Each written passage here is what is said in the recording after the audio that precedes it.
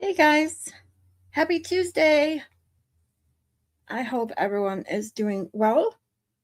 Um, Sorry I was a few minutes late trying to figure out why the stupid StreamYard logo is up in my upper right corner here and my PayPal is not. And apparently it somehow my StreamYard didn't take my auto payment. And now I'm trying to figure out how it is they didn't, because according to my bank statement, well, not the statement, my balance basically, it did. So I need to figure that out later. So I will just deal with it later. Not a big deal. How's everyone doing today? Hi, Lynn. Look at you go. You're awesome. Chat fridge is full and potty pads are down. I do not know how how much we're going to need for this trial. So I was doing a little digging because, like you guys know, I have not seen this trial, hearing, whatever you want to call it. And I was watching a highlight, like a 5-minute highlight reel. And oh my God, I didn't realize there was apparently so many antics in this thing.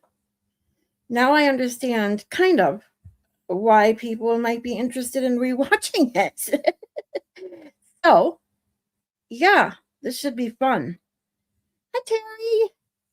Looks around and yawns. I hope you got a good night's sleep last night, sweetie. Gunnar, how are you? Morning, afternoon, evening, everyone. Hi, Barbara. Thanks for being here, you guys. Barbara says, I haven't seen most of this. I haven't seen any of it. I saw very few clips here and there when it was going on. Barely remember any of them. And like I said, as I was looking for the best playlist, because unfortunately the trial channel doesn't have it, although I would assume, being that this isn't Massachusetts and craziness, that hopefully there's not a whole lot of sidebars and obnoxiousness from the lawyers and judges going on. But I could be wrong. I guess we're gonna find out. It's so funny at times. Well, I'm ready. Was the second trial I watched from start to finish after Rittenhouse. Wow.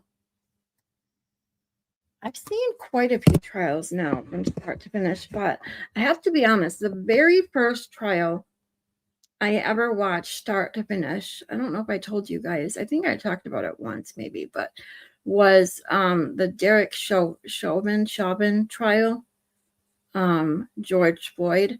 I literally had it playing at, that was when I was working in the office. And I would, sneak it on in my earbuds and have dual screens going on my laptop. That was the first trial I watched. And then I was like, once I watched that one from start to finish, I was hooked. I'm sad. I'm mowing the lawn. No, no, thank you. Hi, Dar. Shelly. No lawnmowers right now. Thank the Lord. They finally took a day off. I don't want to jinx it by saying I haven't heard one yet today. Because as soon as I say that, somehow they'll start, but hopefully not. It's kind of cool and gloomy out, so they probably didn't want to be out there today. Barbara says Karen Reed was my third trial after two Lori Vallow trials. Those were funny. I did not watch the Lori Vallow trials. I do not want to watch. I can't do the kiddos, and I know that they're not all of her trials were, you know, for obviously kids because she murdered a ton of people. But I just she's crazy. I did see her interview. I can't remember who it was with. Oh shit! But she's just nuts. Hippie chick. Hey, sweetie. Sorry, I did get your text.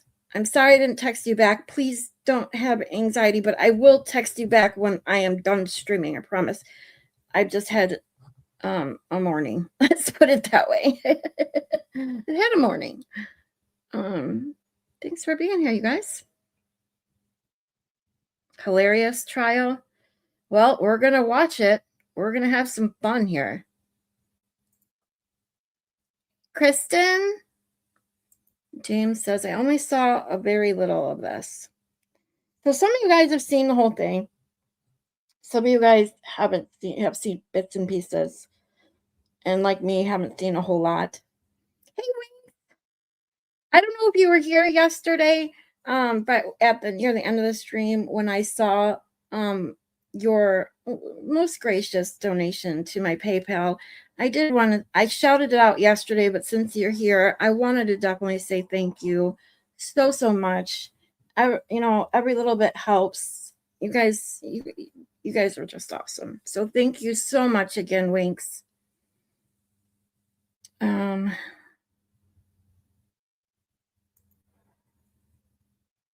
I watched the whole thing and it's hilarious, says Shelly. Well, I'm excited to watch a hilarious trial instead of one that makes my heartbeat faster and my blood pressure rise listening to Spanky's voice. We won't need as many palate cleansers then, right?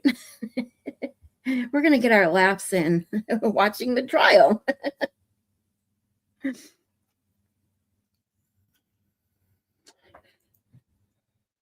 All I've seen is clips as well. Oh, well, we're going to have some fun. Hey, Chrissy Bacon. I saw a lot of this one, but didn't see the first few days. Ooh, yay, we're gonna have some fun. I'll just say, trust me, bro. Ooh, Blessed Texas hasn't seen it either. Oh, yay. We're all gonna be, a lot of us are gonna be watching this for the first time. This is fun. I know, Happy Chick, I am not ignoring you. I have had a heck of a morning. I forgot my phone was on. I do this a lot because I streamed so long yesterday. Right after I sent you guys off to Will's house, I of course went to Will and he was hilarious, had me cracking up even more last night, my stomach with all the laughing we did yesterday here, and then going off to the glare, laughing my ass off. I just totally forgot that my phone was in a focus mode where I don't get alerts to any of my phone calls or text messages unless they're, from two people, my doctor and someone else, in case for emergencies. I have to make sure I answer their calls. But other than that, all my regular calls go to voicemail. So, and my text messages, I don't get alerts because of that. So I don't get distracted. And I totally forgot. So, like literally 20 minutes ago, when I grabbed my phone, realized I had 74 missed text messages. Like that already gave me anxiety seeing that I had 74 text messages. I'm like, holy shit. So I will get back to you. I promise. Oh boy. I do not do that a lot. I just forget. I forget when I do the focus thing. I forget. I'm already behind. Yes, I am. You'll see that in 30 minutes. I know. I'm so sorry. The problem is, and I'm going to tell you okay, because Hippie Chick and I and Maylin and Moni G have been talking about going down to see Baker and the expert and everyone else that's going down to the meet and greet in Tennessee. The problem is, I don't know if I can afford it. I had a hotel, pre-reserved that you didn't have to pay for up front. I have this, like I said, I've talked very, very little that I'm having a medical thing going on next month in June that I'm going to have some recovery from. I don't want to go into it right now, but I have upcoming medical costs that I don't even know I'm going to be able to pay that. So I am freaking out. As much as I truly, truly need a vacation, I haven't had a vacation in 15 years. Okay. 15 years. I have gone nowhere. And we were going to drive. It's only an 8-hour drive from Southeast to Michigan. And split 4 ways, it's not expensive. However, I'm freaking out because I have so many expenses coming up. This is fuck you, Boost Mobile. You guys know that story. I am just in a really die-hard situation right now. So without going into a major meltdown about that, Hippie Chick, you and I will talk, okay? So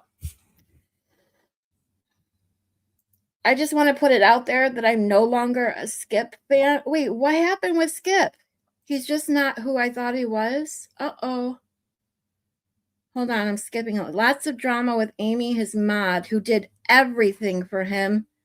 I really like Amy. Oh my God. What? I gotta know what happened. Oh, that sucks. Funny, I powered through finishing the front lawn so I could sit and smoke a joint when you started. Hence, I am currently doing so while throwing peanuts for the birds and squirrels. That sounds like fun. Jalen! What's up, sweetie?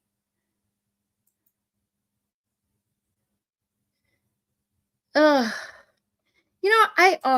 Sorry it took me so long to see that. Thank you, Wing. Seriously, this is what I'm saying. When I tell you that every dollar, literally, every dollar that goes to me right now is going towards taking care of me during this medical thing that I have coming up. I am going to be off work. I am going to be laid up. I have 2 procedures that are going to be back to back. One not so big, other one, and then which may need to lead to another one. So one of these days this week, I'm going to just set up one of my streams to just sit and chat with those of you who are interested in knowing what's going on with me. I will fill you in. But right now, knowing what I'm going to be faced with next month, I'm just having a hard time. So this is, I guess, where I will ask more than anything, if you are able to. I am looking at about an upfront cost of medications and things that I have to deal with for my couple weeks off. I'm looking at another $750 out of pocket that needs to be done up front pretty much to get me ready for this. And that's why my Gifts and Go is all the biggest thing. I'm hoping that people have helped me spread it around on X. It hasn't really gotten much traction since last month. But we'll talk more about that later this week. So that's not today. But like I said, everyone has helped me so far. I can't thank you enough. And all of you that, like I said yesterday and say every day, that just give me an excited, reason to look forward to my day hanging out with you is the biggest thing that is just awesome. So thank you, each and every one of you. Hi, Danny. I never got to watch this trial. I'm excited. Yeah, a couple of I'm actually getting excited about it too. Like I said, I never really was truly that interested in it. I just thought it was them going at each other. However, Now that I've talked to a couple of people about it and checking out those clips, I truly, holy moly, I'm actually very excited to see it as well. Nefarious! Hey, sweetie. I am so behind. Jay Cornish. Hi, sweetie.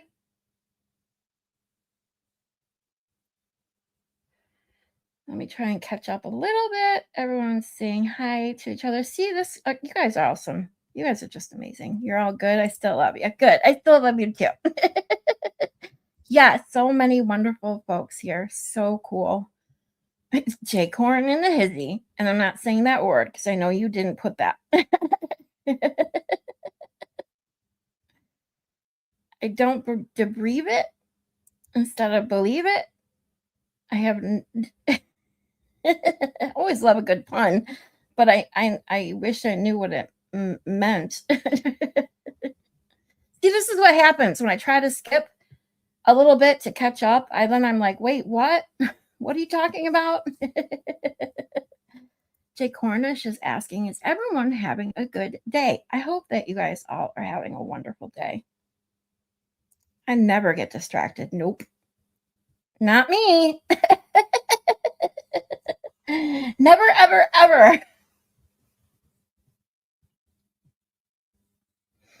Oh. Oh. Mm-mm-mm. Oh. I can't even play my video clips, you guys. Seriously? Like, okay, so StreamYard is fucked up. I swear they took money out.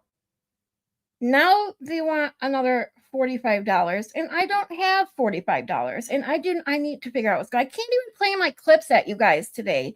I am so frustrated. Ah, you might have to stop giving out your phone number, Miss Scarlett. I know, right? Ugh. Oh, they're just teasing me, Barbara. It's a joke.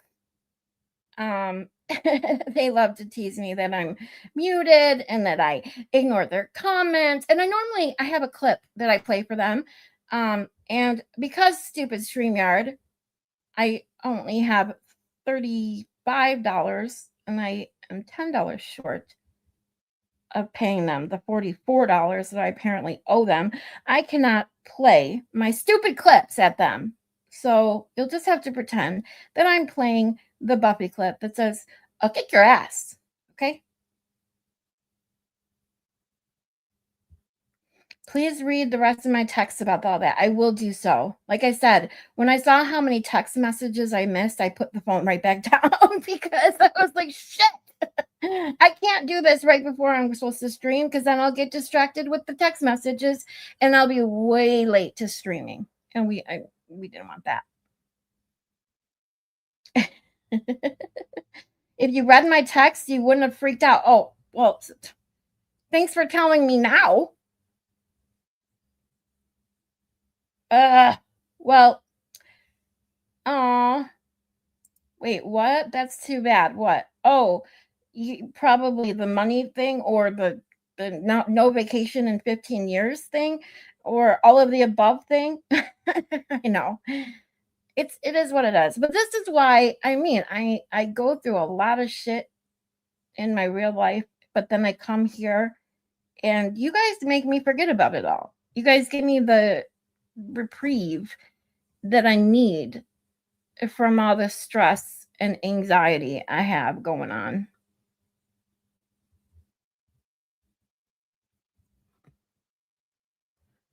Why are we looking at yeah, the we're watching the Johnny Depp and Amber Heard trial as soon as I catch up. Sorry, guys. Hi, 420. I want to make sure I say hi to everyone. Oh, she was saying, wait, what to Jay Cornish? This is what happens. He's under the covers. What?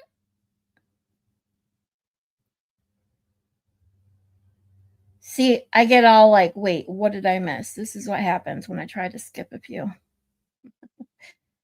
Oh, it's Amber Turd, apparently. Ah, I'll kick your ass.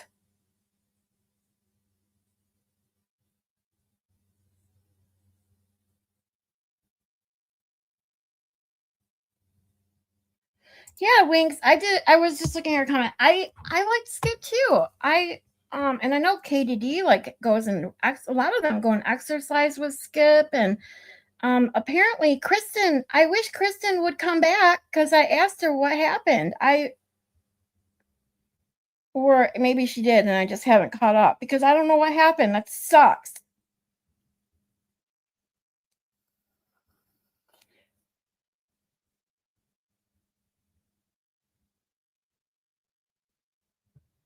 You guys, I swear.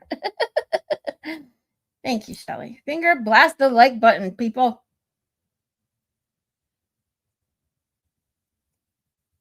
Oh my god, that's funny. Jeannie, I didn't notice what it was until now. Jeannie Lynn says, "Did anyone notice that the Virginia logo there is a girl straddling a guy? Is it? Oh, wow. Leave your DNA on the like button." Akasha, hey, sweetie. Jordan Breezy, hey, sweetie. Hey, guys. You guys are so awesome being here and hanging out with me.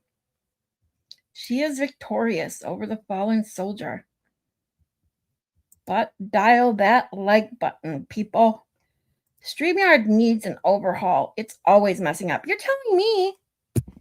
I mean, this is what I mean. When I tell you that every single dollar of mine is like perfectly aligned because it has to be. And I live that way for a reason. And I'm perfectly happy living that way. So, like you guys have heard me say a million times, Boost Mobile fucked me with no lube by taking that kind of money from me.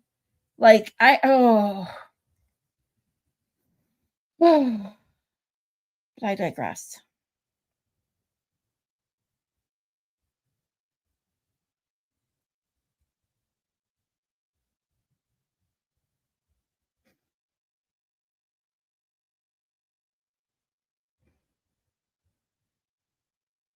Mm.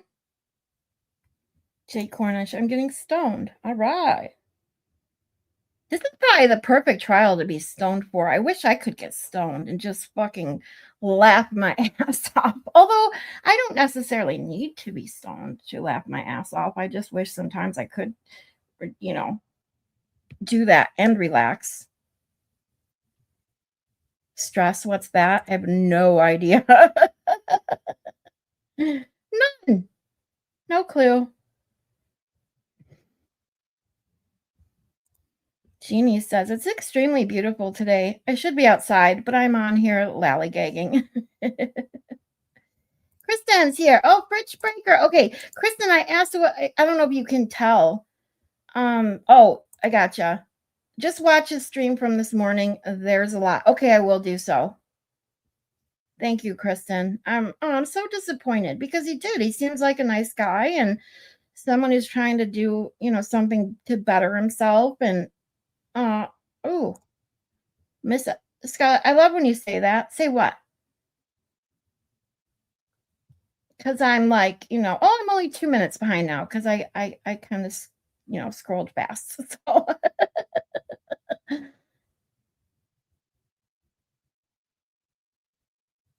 I can't believe no one noticed that.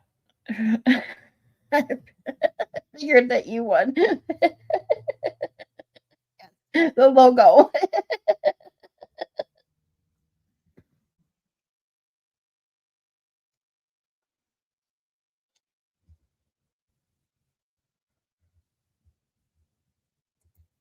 Oh, yeah, good question. Hippie Chick says, Kristen, should we when we watch Skip from this morning, should we read the chat too? Or is it just something that he talks about? Hey, Cat Randall.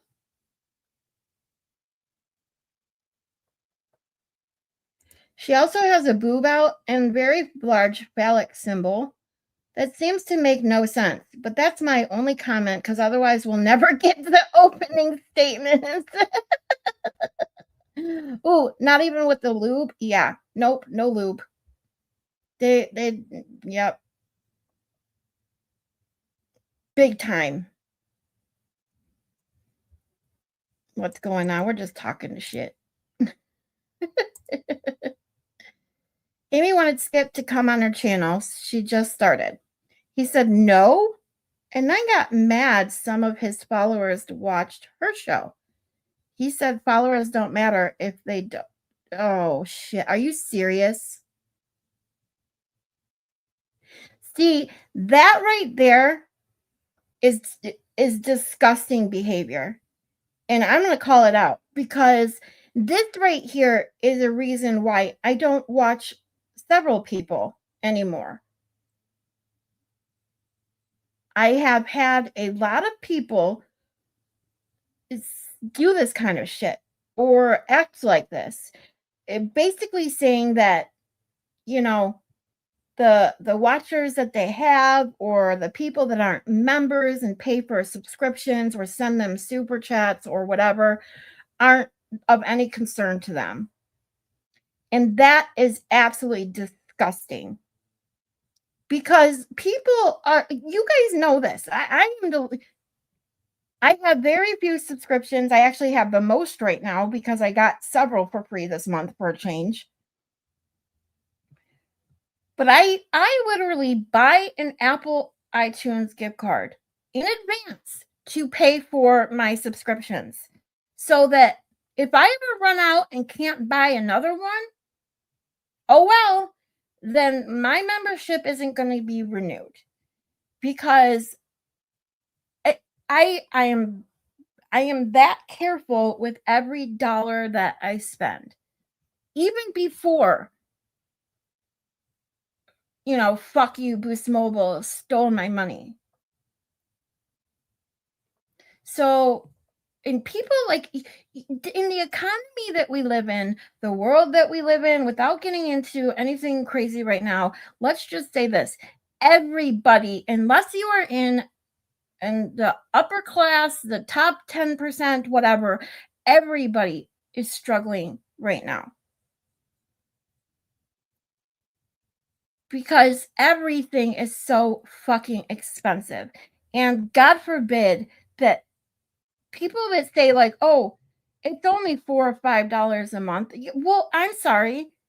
That $4 or $5 a month can buy me like when you guys know I was living off mac and cheese and I'm back to doing it again because a box of noodles costs $2. A box or a brick of cheese, costs like $4. Milk costs 2.50. Butter costs $4. Right there, but at least that it makes me a big thing that I can, eat leftovers for a few days and then make another one.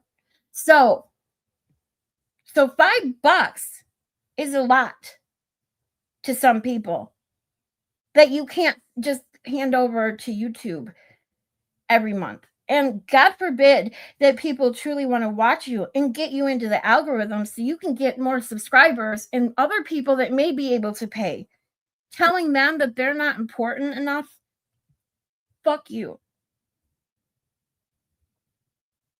Just say that.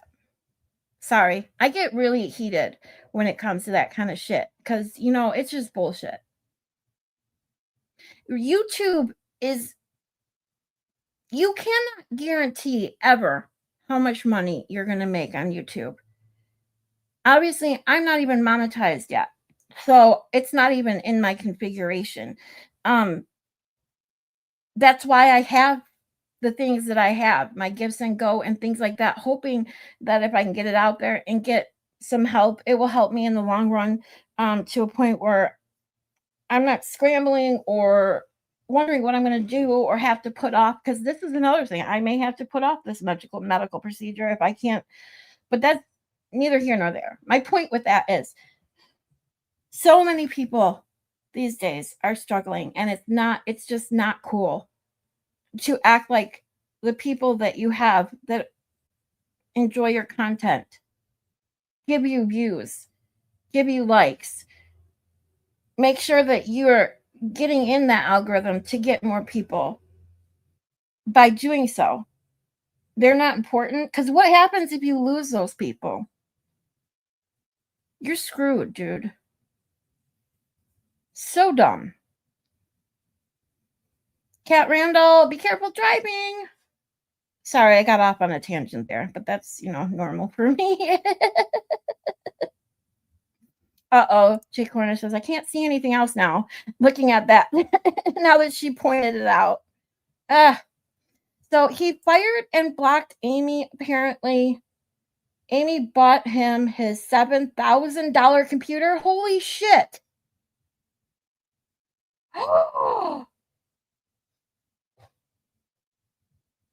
And here, I felt guilty for putting a $50 mic and a $25 camera on my Amazon wish list. Holy moly.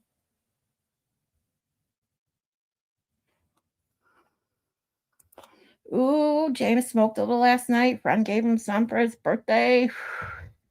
I hope you had a good time. See what I mean? Need to run to church after Scarlett's last 2 streams.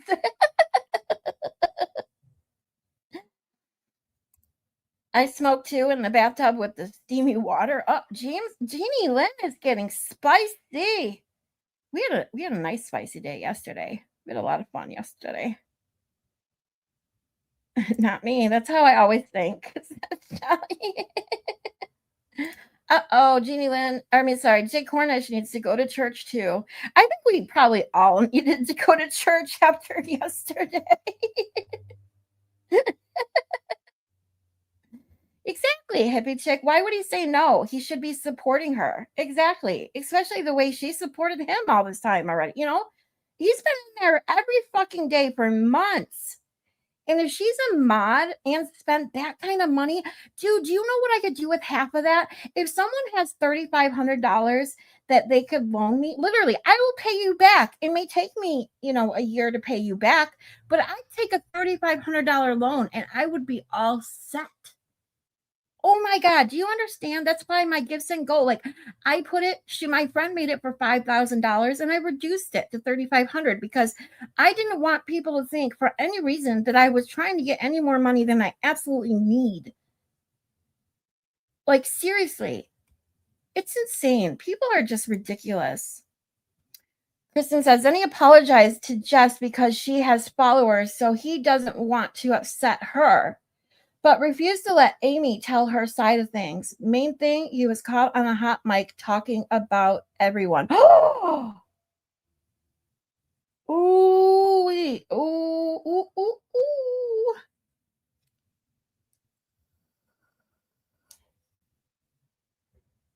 Agreed. I just feel bad for her since she covered for him when he left the isolation room for days. He said he owes her nothing. He left? Oh, so he cheated?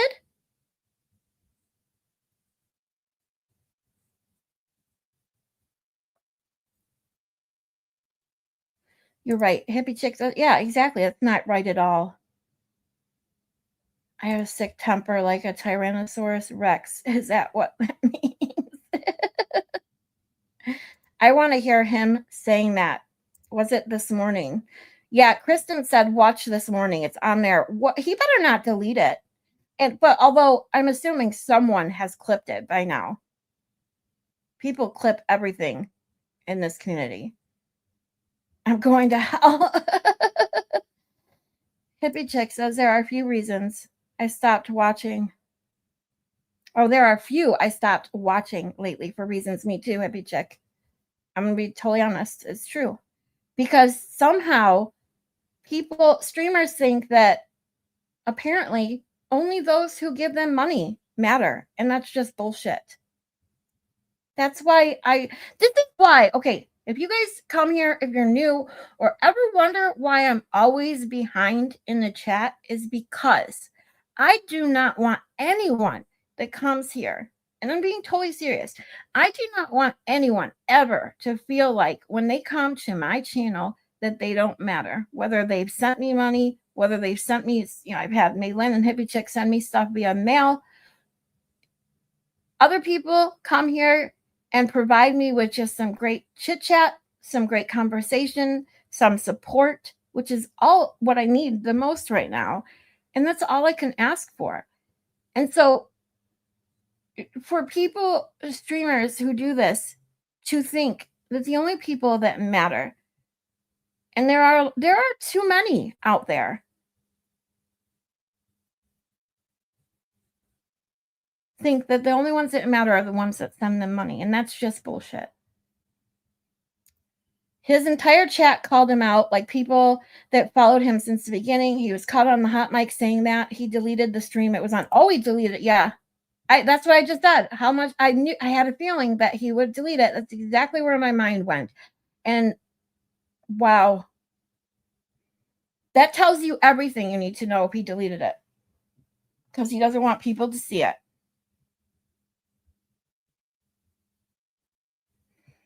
James's picture was taken in 1984 when I was 22. I'm still in relatively good shape, but not as fresh-faced. I don't think any of us are as fresh-faced as we were when we were 22. Jeannie Lynn, woo, says James. Yo, hot. What? I can't stop laughing.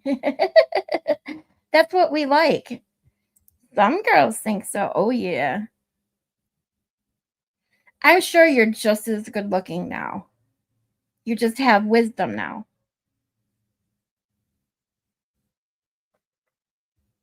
Look at that logo. Me and Jay Cornish are having a field day with it. And it says under it, I have a sick temper like a Tyrannosaurus Rex. Okay, so if you're interested, at -3 hours, 2 minutes, and 47 seconds is where he starts talking about his side of it with Jess. Yeah, sorry. I did get a little preachy, didn't I? Sorry. Sometimes I get really heated about things, and I can't help it. I am opinionated. If you guys are newer, you may not have heard my story about me being voted most opinionated in high school mock elections. So, yeah. Jeannie can't take her eyes off it. Oh, my God.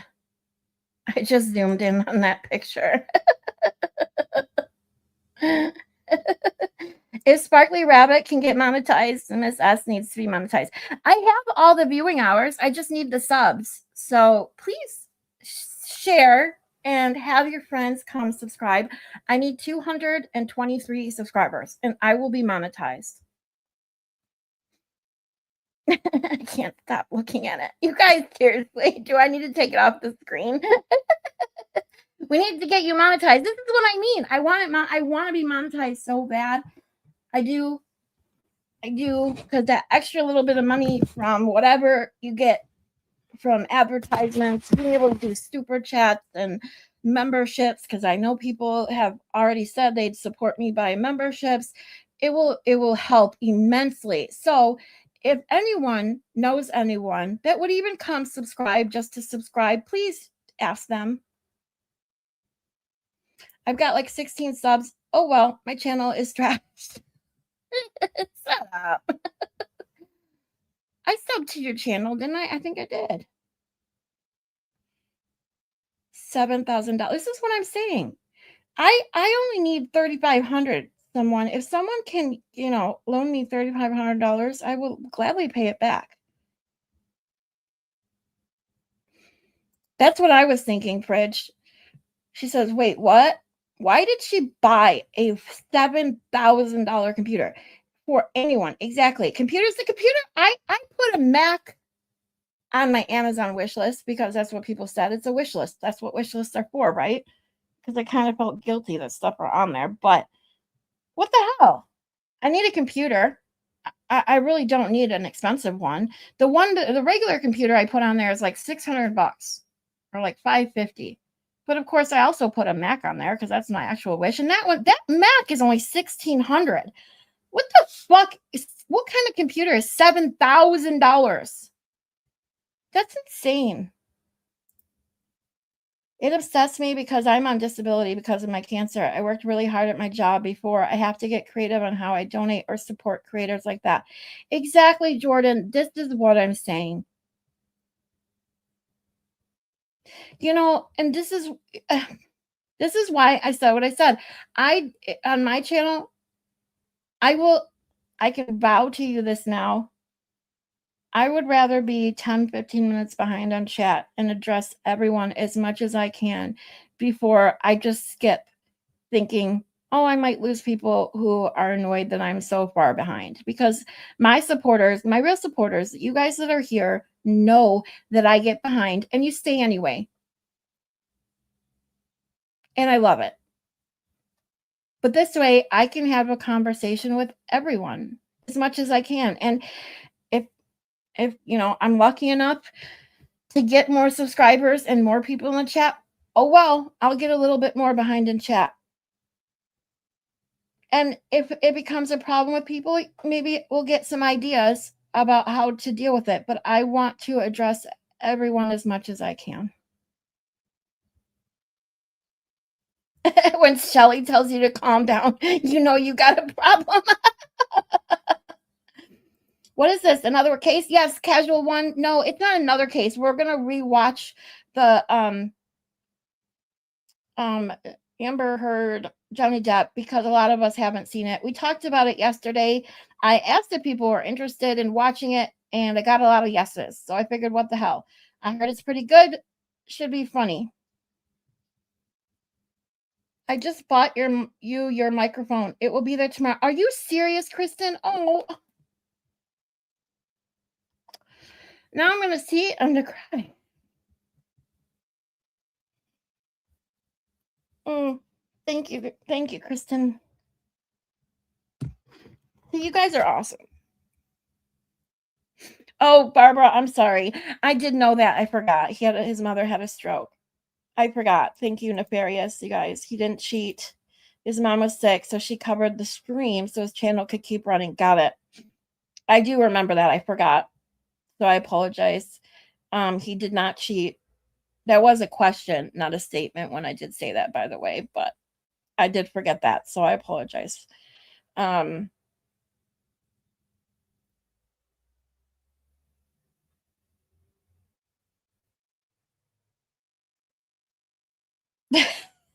I'm stuck in the car wash. Oh shit. And then Gunner says, that sounds wet. Or moist. Uh-oh, I better not say that word. Everyone's gonna get mad at me for saying moist again. Kristen. I can tell that's a car. I'm assuming that's soap. Me and my stupid eyes. I'm sorry, the construction outside is going again now. That just fucking started. What the fuck? Can you guys hear that? Cat Randall, are you stuck for real or is it just a long line?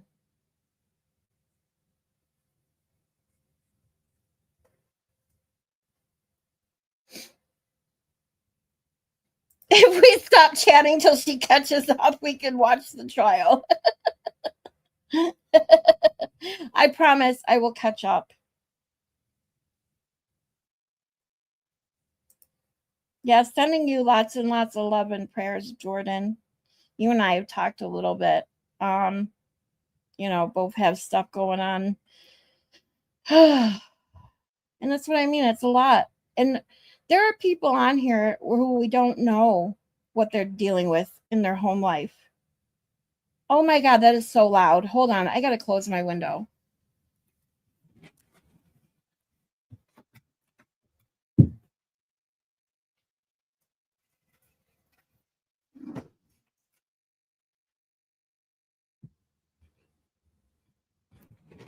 Jeez, oh crap. I lost my mouse. Okay. How many subscribers does she need? Oh my God, I'm so far behind. I need 220. 223, I think it is. For 7K, it better be a hell of a setup. That's what I'm saying. Okay, Dar. See you when you get back, sweetie. Oh, man, B. Glare Bear. That's what I've heard. I haven't seen it. So, because I said Amber Turd. People are putting turds. I don't hear anything but you. Okay, well, I closed my window, so hopefully that will help for me anyways. So, oh, look at that. Holy shit, did I catch up? I caught up to chat, you guys. I'm so excited. I'm not 15 minutes behind in the chat anymore. Woohoo! Oh, Jeannie Lynn. I'm a little slow sometimes. I rode the little bus to school. No, you did not. Ugh. Even if you did, it doesn't matter because you're awesome. Oh, I really did. Not poking fun. Oh my God. You're just poking fun at yourself. You're good, sweetie. Who doesn't matter if you ride the short bus or not? Because you guys are all awesome. I've got to jump and do something, even if it's wrong. Okay. See you later, Jake Hornish. Okay. So now that I finally caught up to chat, I'm so excited. I did good. Well, I tried to anyways. We're going to get into opening statements. And I'm kind of excited now that so many people have said they haven't seen it or only bits and pieces. Bye, sweetie. Have a good one. Yay, I got some hand clapping from Jeannie Lynn for actually catching up with the chat. I'm so excited.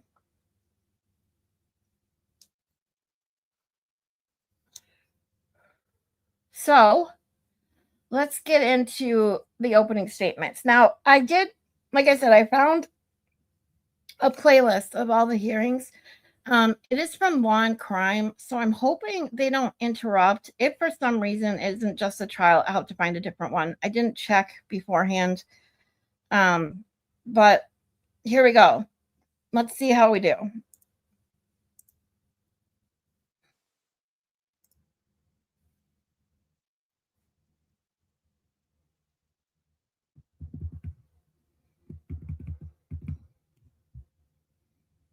I guess it would have helped if I actually got it started at where they. Your career depends upon.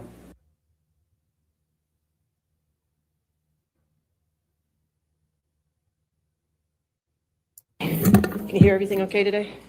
Okay, good. All right, good morning. Good morning, Honor. All right, do we have any preliminary matters before the jury comes out? Yes, we would just ask leave for Your Honor to please publish our demonstrative. All right, there's no objection to that? People have changed places here. I just want to make sure I look at the right place.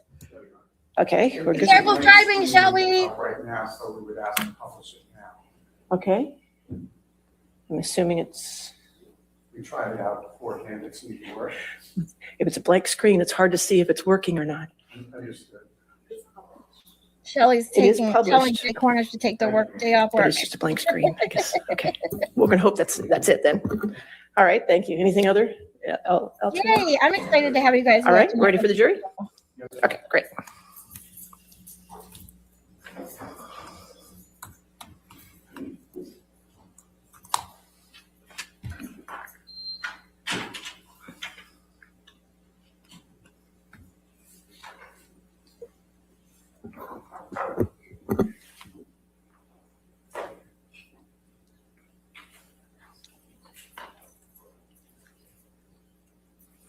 I agree with you there, Jeannie Lynn.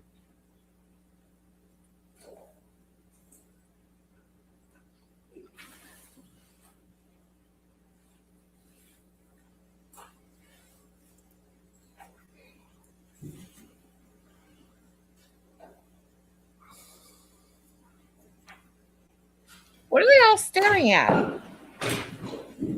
Oh, the jury. I'm like, what are they all looking at?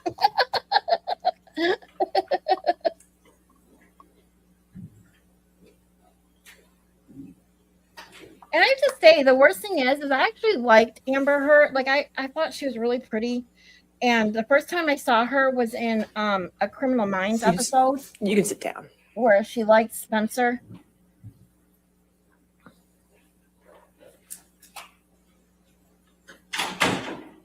All right. Good morning, ladies and gentlemen. If I could have you move your water down by your chair and just not have anything there.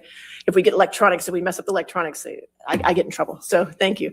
I hope you like the seat that you're in. I'd like you to stay in that seat for the duration. I'd appreciate it. I hope you had a good evening. All right. Thank you. And thank you for being punctual today. I appreciate it. You can have a seat. All right. Are we ready with opening statements? Yes, Your Honor. All right. Go ahead, sir.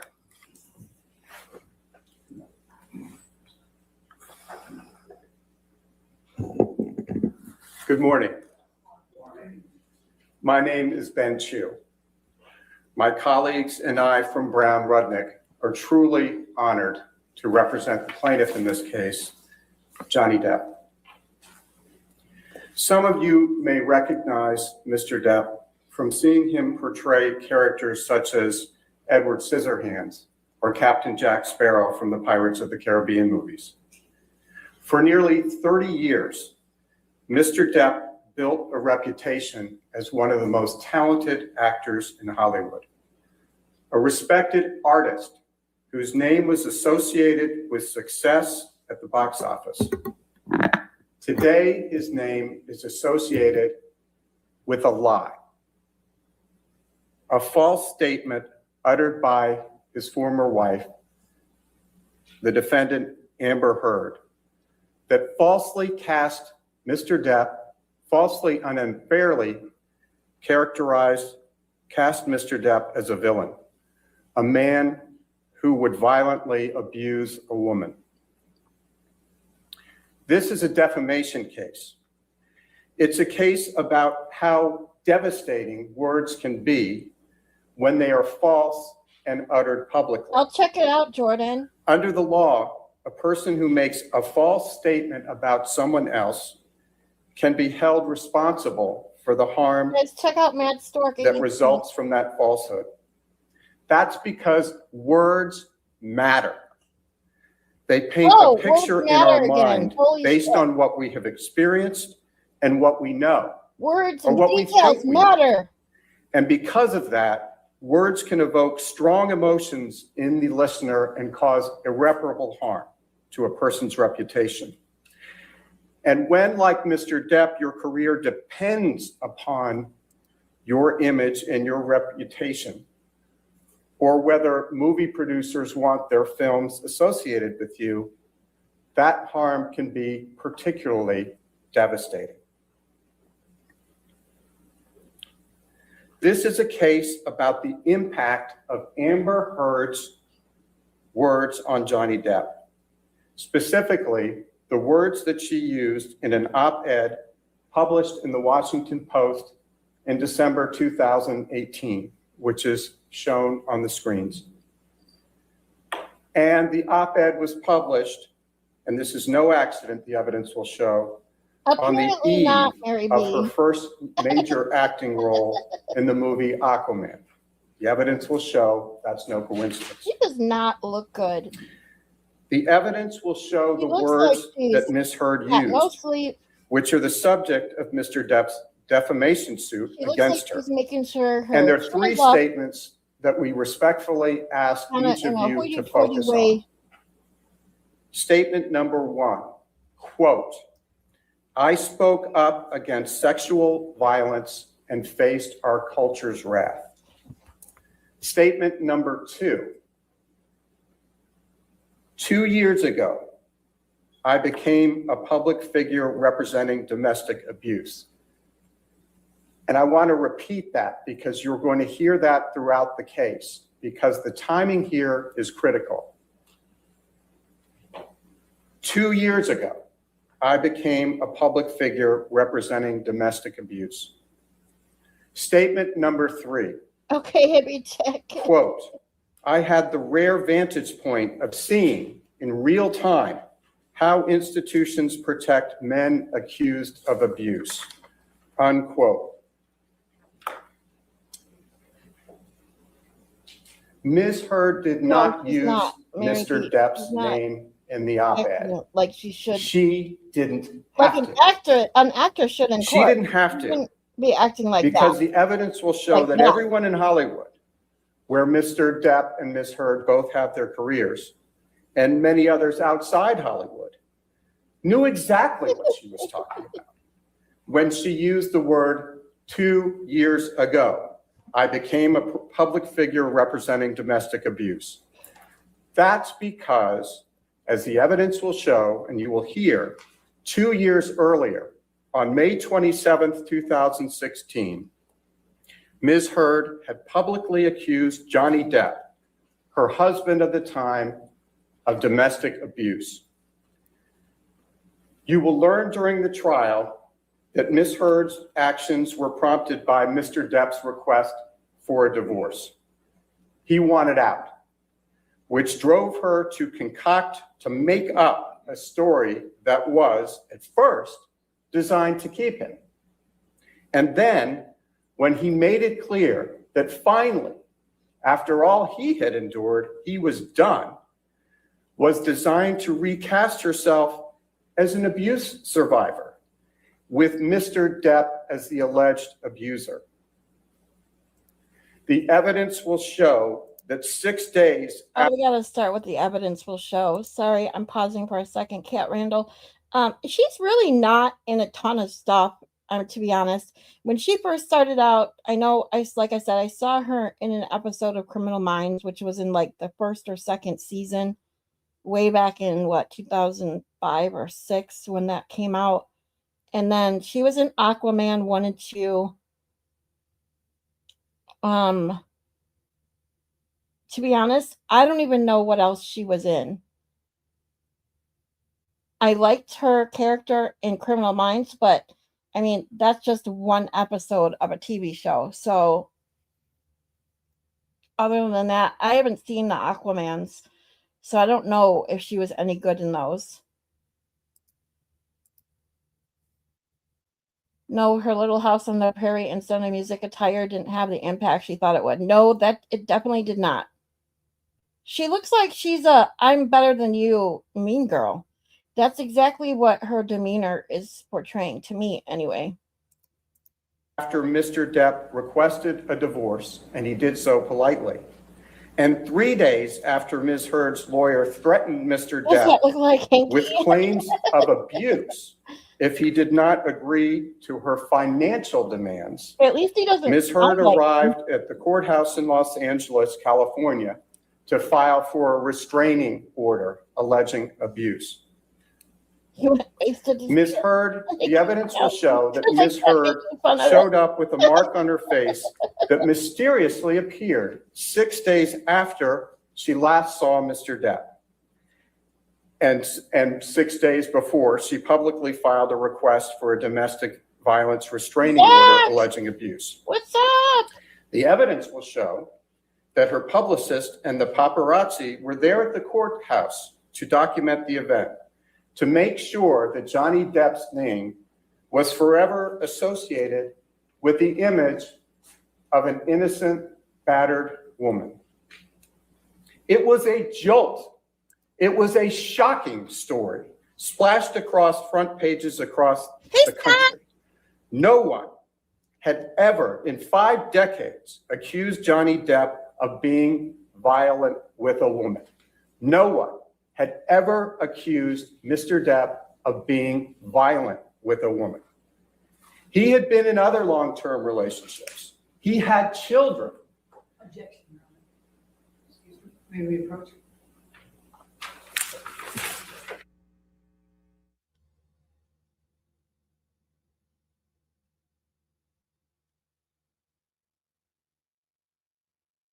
Oh, Chrissy Bacon, I have to say, while they're at sidebar, Chrissy Bacon, if by any chance you're still here, thank you for the donation to my Gifts and Go. She said $30 and said, wishing you the best. Thank you so, so much. You guys are awesome. Thank you for posting my links, Scott. You're awesome too. You guys are all awesome.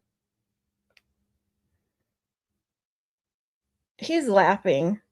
It's a pretty bad sign when the person that you accuse is laughing in court. That means that he's not really scared of what you're saying. That's what I think. No one, as I stated before, no one had ever, in 5 decades, no one had ever accused Johnny Depp you guys are all of sweethearts. I love you. being I love abusive you all. of any kind Don't with a tell her you woman. said that. You got a That's why reputation to protect. it was such a jolt. He had been Hey, in other please, long-term Jack. relationships, as I said. He had 2 children. And no one had even suggested ever that he was capable of something like this. By choosing to lie about her husband for her own personal benefit, Amber Heard forever changed Mr. Depp's life and reputation. And you will hear him tell you the dreadful impact that it has had on his life. The evidence you will hear at this trial contradicts the story Ms. Heard presented to the world in May 2016 and again in December 2018. The evidence will show that the last time Mr. Depp and Ms. Heard saw each other before Ms. Heard showed up in court on May 27th, 2016, was May 21st. And that's a very important date. And I will ask you, please, to remember that through the trial. Mr. Depp's mother, Betty Sue, passed away on May 20th after a long illness when Johnny and his sister Christy had been taking care of his mother for a very long period of time. His name is the same as mine. And for reasons that Mr. Depp will personally explain to you throughout the course of this trial, he had resolved to divorce Ms. Heard. So on May 21st, Mr. Depp came by the apartment that he shared with Ms. Heard in the Eastern Columbia building, or the ECB, as some people refer to it, to tell her that, to pick up his things, and to say goodbye. There is no dispute that soon after Mr. Depp ended things with Ms. Heard and left the apartment on May 21st, he got on a plane to head out on a European tour, a music tour, for months with his band, the Hollywood Vampires. And Ms. Heard knew that he was going off on tour and out of state when she walked into court to get the restraining order, which she obtained ex parte. It's a Latin word, fancy word, but all it means is that Mr. Depp and his lawyer were not there and had no opportunity to be heard. That's what an ex parte order is. You will hear from the police officers who responded to a 911 call on May 21st after Mr. Depp left. The police officers will testify that they saw no injuries on Ms. Heard. Both police officers will testify that they saw no injuries on Ms. Heard. Nor did the police officers see any of the property damages that you will hear Ms. Heard claims existed in the apartments that evening. And you will hear those officers under oath testify that there was no violence and that there was no crime. You will also hear from multiple witnesses who, like the police officers, saw Ms. Heard between May 21 and May 26. Those are the crucial days between the alleged incident and the day she walked into court with her lawyer and got an ex parte order.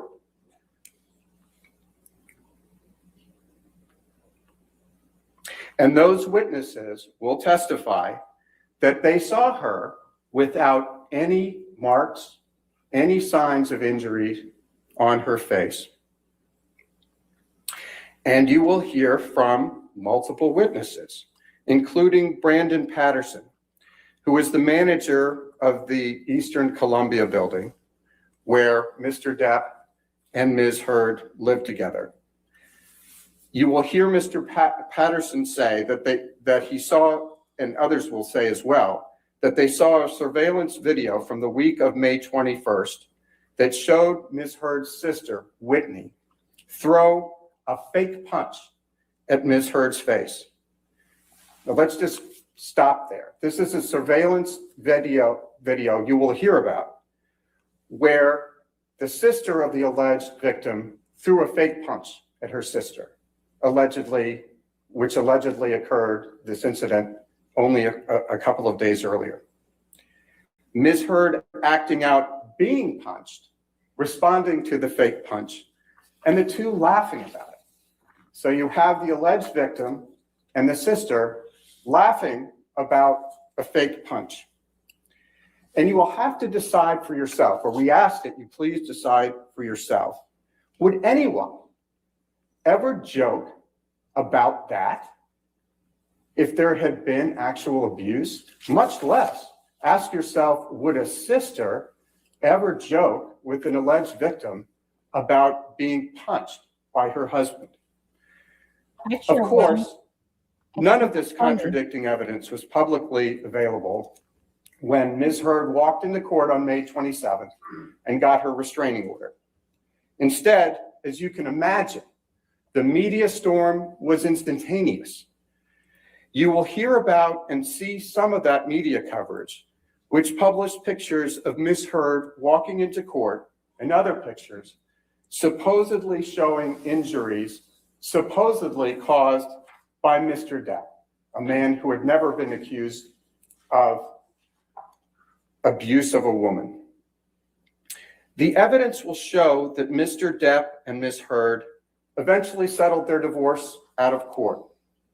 Thereafter, Ms. Heard dismissed her restraining order against Mr. Depp.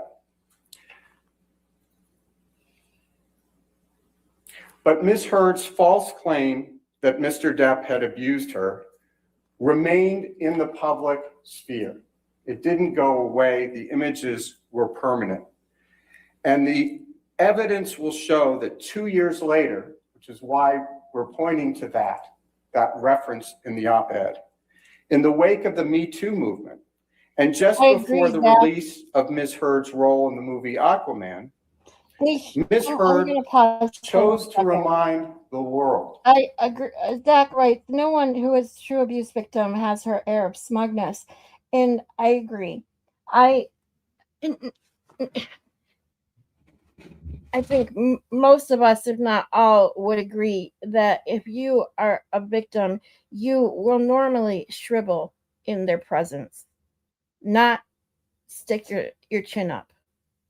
And she is in no way shriveling in his presence.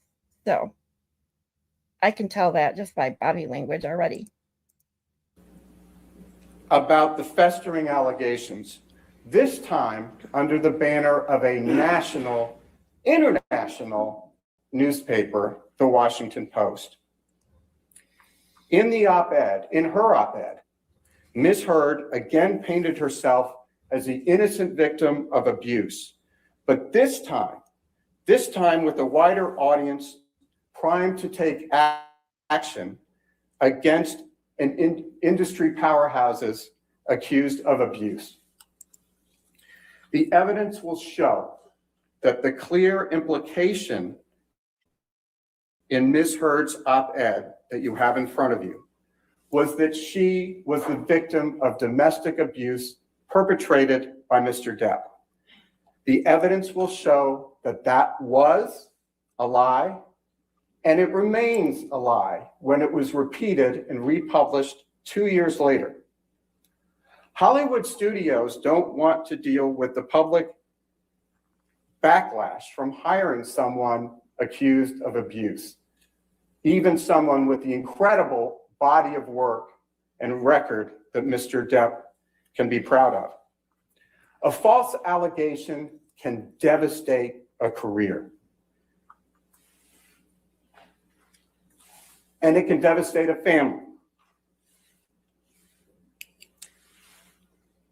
And the evidence will show that Ms. Heard's false allegations had a significant impact on Mr. Depp's family and his ability to work in the profession he loved.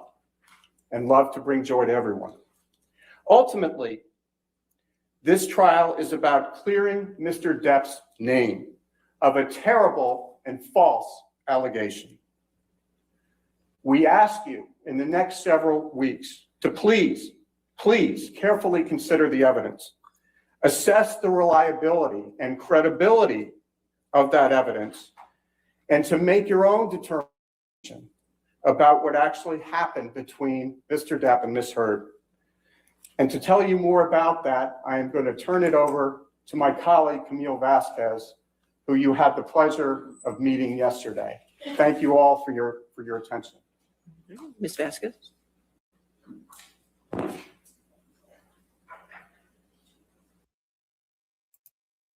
Okay, hold on. Sorry, guys.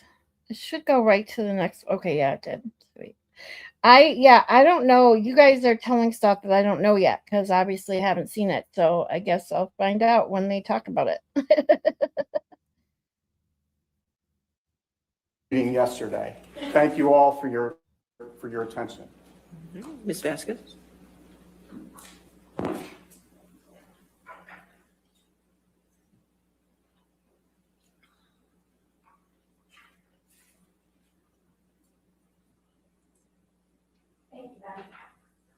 You might have to turn it up a little bit.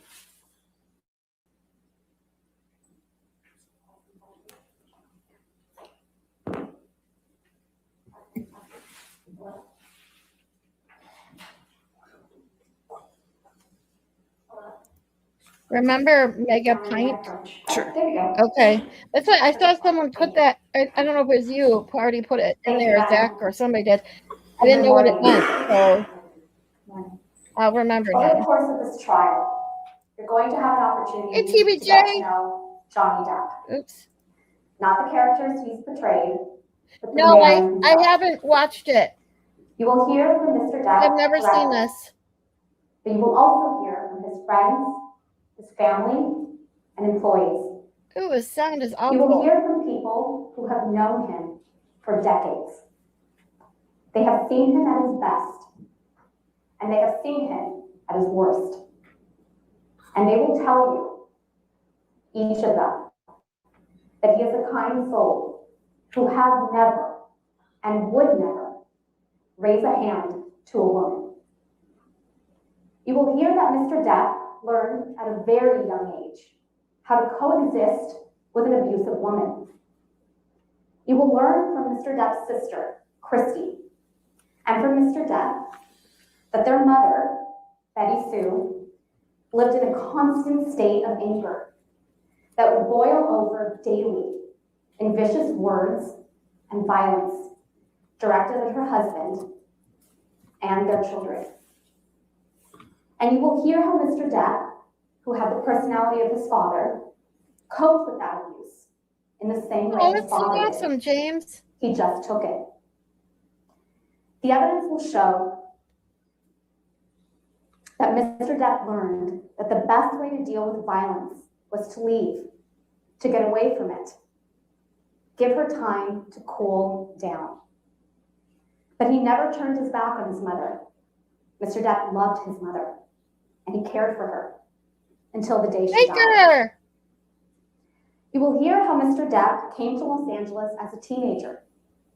He first planned to be a musician, then became an actor, and eventually, thanks to his talent, his dedication, and a lot of hard work, grew into one of the biggest movie stars in the world. He had relationships with major figures in Hollywood and elsewhere, like Winona Ryder, Kate Moss. And before he met Amber Heard, he was with the same woman, Vanessa Paradis. So this for trial is that 14 good, huh? years. I'm so He had 2 excited now. children with her. And even though he was a megastar, We're they gonna had a find out. quiet domestic life. In fact, you'll hear, as Mr. Chu already told you, Oh, that Kristen, you're so sweet. in Mr. Depp's 58 years, not a Only single woman has ever accused him of 274. violence. 274 to be And no one monetized in because I ended Hollywood up or the watching world it. had Woohoo! any reason to believe he It was an was abuser back until blinker. Ms. Heard publicly accused him in 2016. You're also going to hear evidence about Ms. Heard. You're going to learn that she's a profoundly troubled person who manipulates the people guys, around her, hold on. just like she I'm manipulated sorry, Mr. Miss Depp. Prosecutor lady. I don't know her name. Yeah, you guys, if for any reason there's a single person here that hasn't subbed to the Broken Baker, please go right now and sub to the Broken Baker. He is awesome. He is funny, the absolute best. And he needs 34 subscribers to get 24,000, so he doesn't have to sleep in a tent, people. Please go right now and subscribe to the Broken Baker. Thank you very much.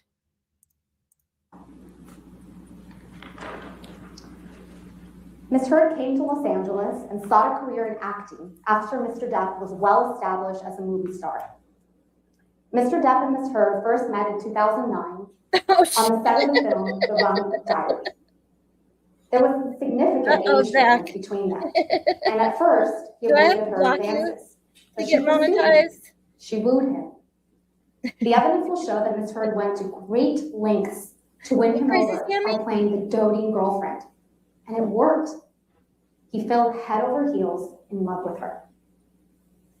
Those who watched this relationship develop saw red flags all over the place. You will hear from them in this trial. And over time, the real Miss Heard began to emerge. She would berate him, scream at him. He would try to appease her, and sometimes, just sometimes, things would get better.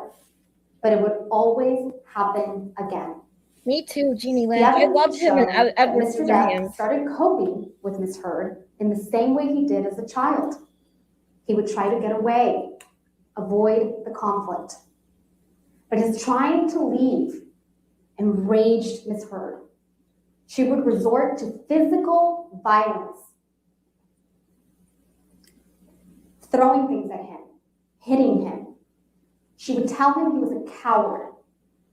She would tell him he wasn't man enough because he wouldn't stay and fight with her. Kristen, I'm still on it. You will see that Miss Heard equated anger There you are. and violence with passion.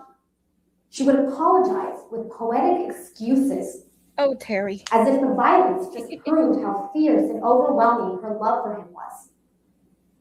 And you're going to hear that when Miss Heard got violent, Mr. Depp would just retreat, just as he did with his mother. He would try to leave, to get away from her. In her words, Miss Heard's words, he would split. Mr. Depp would often retreat into bathrooms, lock the doors, wait out Miss Heard's aggression. But his leaving just provoked her more. That's what I used to do. You will hear from Mr. Depp's security people, I like used to Sean go to our Betts, walk-in closet. about how they often had to remove Mr. Depp from scenes with Miss Heard, screaming at him, chasing him, trying to keep him from leaving. You're going to hear evidence that when Mr. Depp and Miss Heard traveled together, 25K? Uh-oh, Baker's going to go routinely had to book an 125K. extra Oh, room no. for him, so that he had somewhere to go when Miss Heard We're going to get you there, Baker. enraged. You'll hear from other witnesses, including Mr. Depp and Miss Heard's marriage counselor. Her name is Dr. Laurel Anderson, who perceived Miss Heard as the aggressor in the relationship. Miss Heard as the aggressor in the relationship, the one who would strike Mr. Depp to try to keep him from leaving. You'll hear from medical professionals who were with Mr. Depp and Miss Heard, often Remember on a Bruce daily Hit? basis Okay. for I know, ma'am. years, including their doctor, David Kipper, and Miss Heard's personal nurse, her personal assigned nurse, Erin Barem Falati, who did not see any signs of injuries that Miss Heard later testified to in graphic detail. Miss Heard wants you to ignore the testimony of these medical professionals who saw her in real time, just as she wants you to ignore the testimony of the police officers who testified under oath, who saw her on May 21st, 2016, without any injuries. But it is up to you, ladies and gentlemen of this jury, to judge the credibility of these witnesses and that of Ms. Heard. In this trial, Ms. Heard will undoubtedly present photos that supposedly show injuries she sustained as a result of the claimed abuse by Mr. Depp. Here's what you should keep in mind when you see these photographs. First, the evidence and expert testimony from a forensic pathologist, a doctor, will show that the injuries reflected in these photographs are not consistent with the brutal allegations of abuse Ms. Heard has alleged.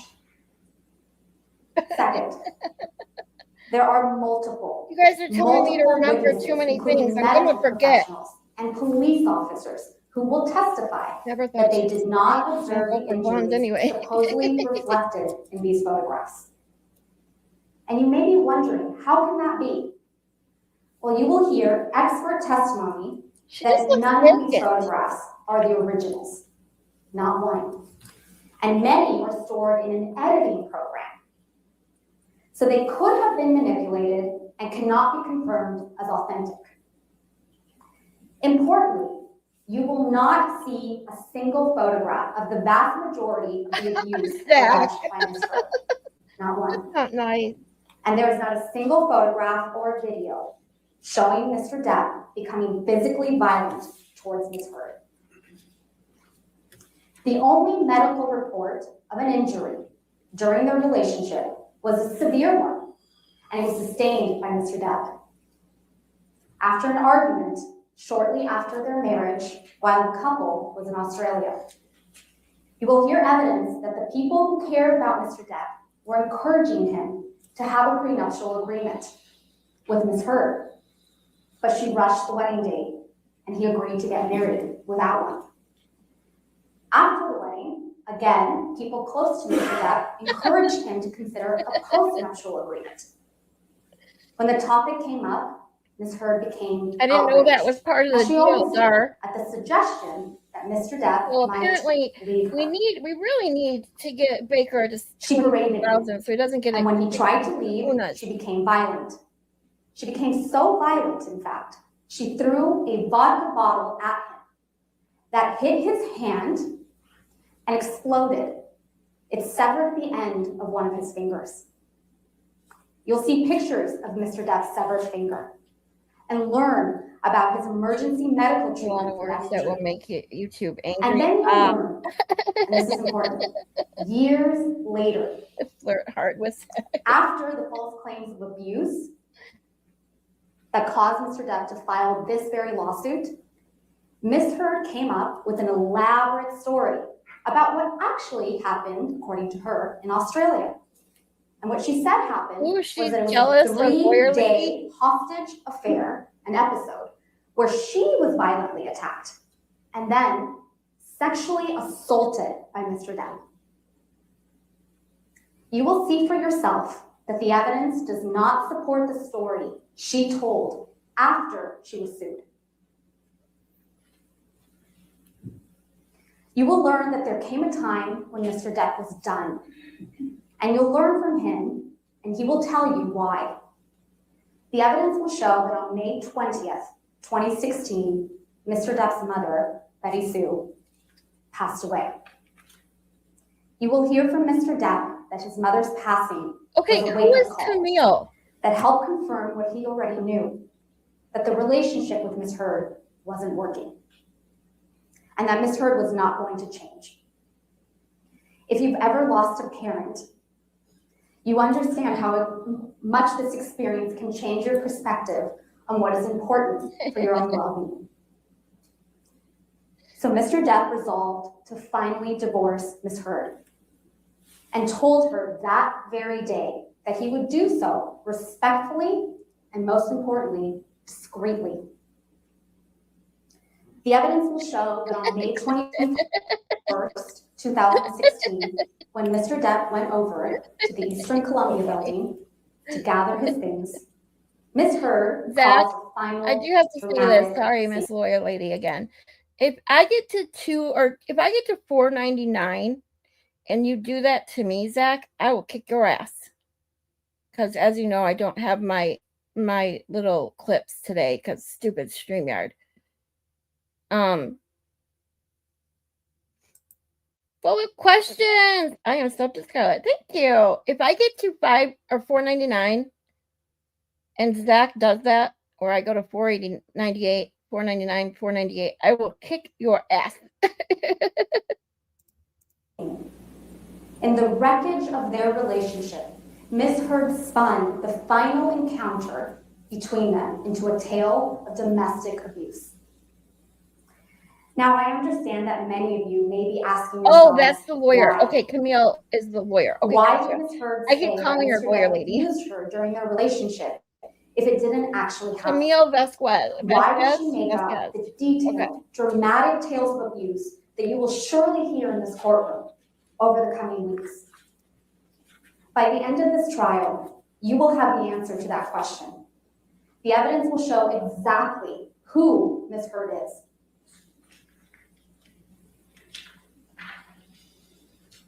You will hear from Mr. Depp and other witnesses, including their marriage counselor, Dr. Laurel Anderson, that Miss Heard would go to great lengths and even resort to physical violence to stop Mr. Depp from leaving her.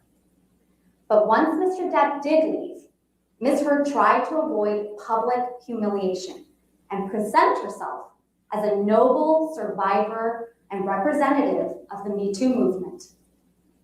You will hear evidence, including the testimony of Miss Heard's former personal assistant, Kate James, that Miss Heard is obsessed with her public image. It's her #1 priority. And you will see evidence that after she received a $7 million divorce settlement from Mr. Depp, Miss Heard released a public statement claiming she wanted nothing from him and would donate the entire settlement to 2 charities. Yeah, we don't want Vickers The Children's Hospital of Los Angeles, we don't want him to California, have to get a kick. and the in the American nuts. Civil Liberties Union, also known as the ACLU. But then she did not make the donations. Quite simply, Miss Heard had publicly cast herself in the role of a domestic abuse survivor. There was no going back. When Mr. Depp finally stood up and fought for his good name in court by filing this lawsuit, Miss Heard, because she couldn't back down, went all in.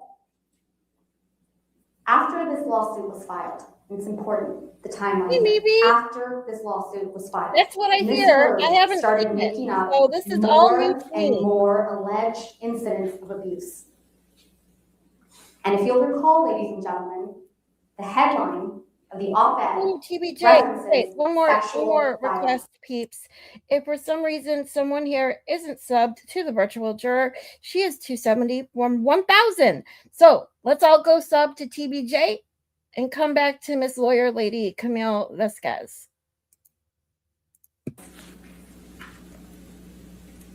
But Ms. Heard had never made that accusation against Mr. Depp. It was never part of her allegations of abuse. So what changed? What changed between 2016 and 2018? We submit to you, and the evidence will show, when she realized the seriousness of what she had alleged, she panicked and she alleged sexual assault. Ms. Heard and her lawyers are going to tell you some truly horrific tales of abuse before this trial is over. But the horrific details are designed. They're designed to shock you and to overwhelm you. Oh, you're the best. They are designed to be explosive. And they are designed to distract you from the evidence and, most importantly, from common sense. That tells you, the common sense and the evidence will tell you that it is all a lie. That none of this, not one single alleged incident of abuse, could have happened as Ms. Heard claims. Ms. Heard's pattern is consistent. She tells a lie, then covers up that lie with still more lies in a constantly changing, evolving, ever more dramatic story. You're going to hear a lot about Mr. Depp in this trial. TBJ. Ms. Heard is going to tell you a lot of things about Oh, Danny just that subbed. he abused Okay, drugs and so we just alcohol, got you a couple more. that he Yay! used bad and offensive language, says And that it's I was. true Apparently not. that Mr. Depp Well, has had real struggles. sorry, Camille. Apparently, YouTube likes to unsubscribe you from channels just randomly. I've had a couple people get unsubbed from me already, and they didn't realize it. It's so dumb. Like, YouTube really needs to get their shit together. So does StreamYard. Substance abuse in his life. He's not denying that.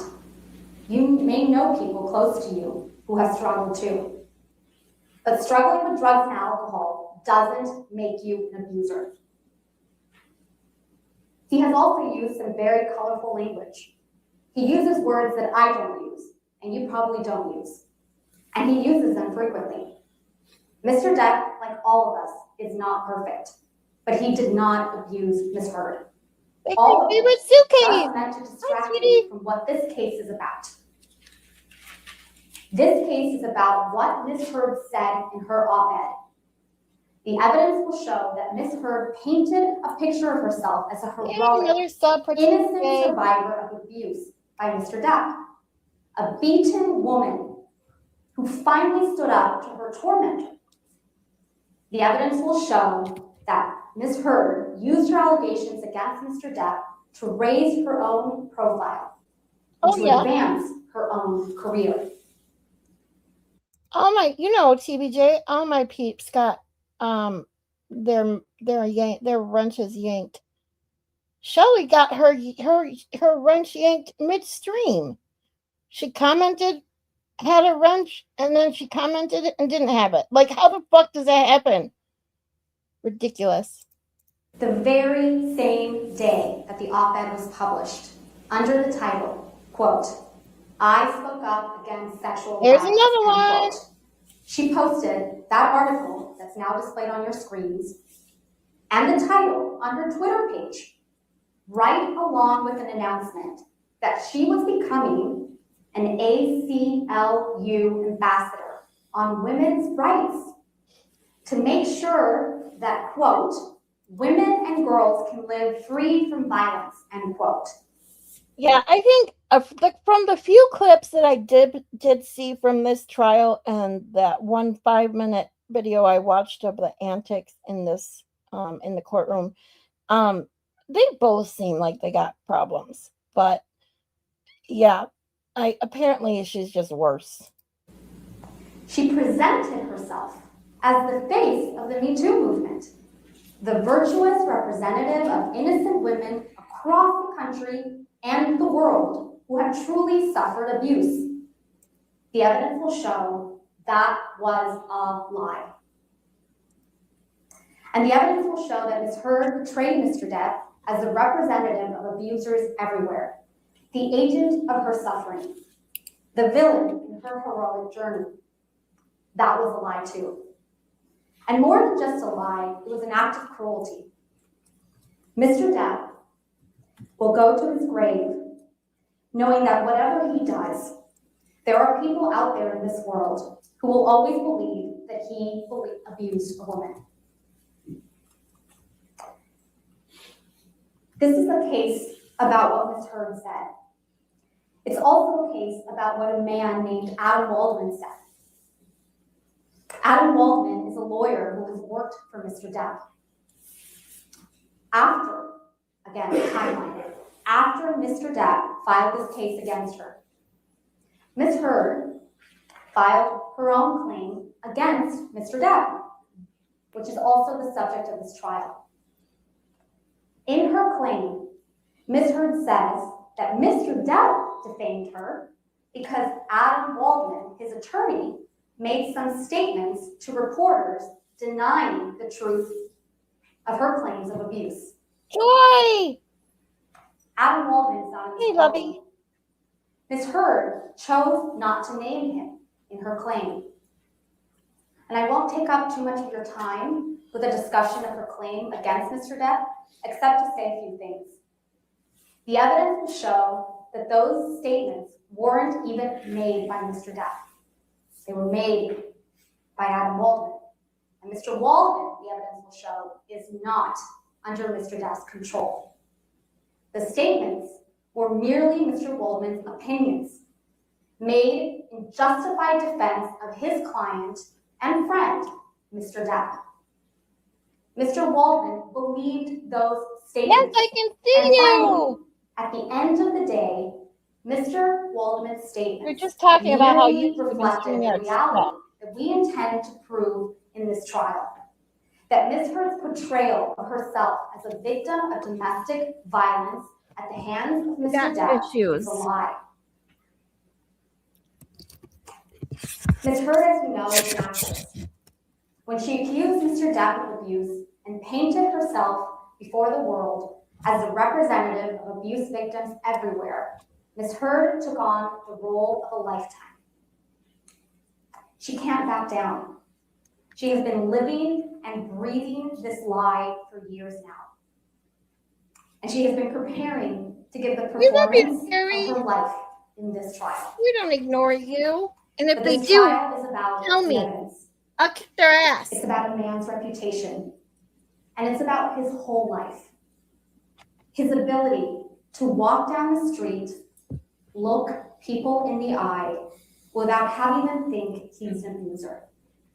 It's about the truth. And the truth will come out in this trial. At the end of this trial, we will ask you to render a verdict for Mr. Depp. We will ask you to tell the world that he is not the abuser she described, and that she It is was not her the other victim account, she Shelly, betrayed. or Jeannie, And we will ask you to tell Ms. because we Heard couldn't see that her what she with her did regular. was wrong. YouTube has been doing that to her lately. Thank you very much. Weird. Thank you, Ms. Vasquez. All right. Ladies and gentlemen, it's a little early, but maybe we should go ahead and take our morning break, just since it's a natural point to have a break before we have the second opening statement, okay? So why don't we go ahead and take a 15-minute recess? Just remember, do not discuss the case and don't do any outside research, okay? All right, you're free to go. Don't do any outside research. Yeah, we know.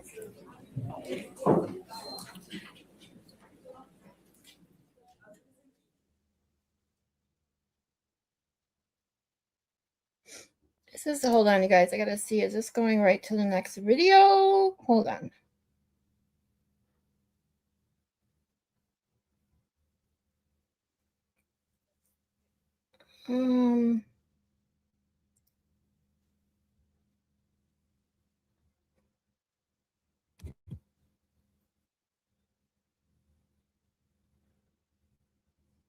Come on.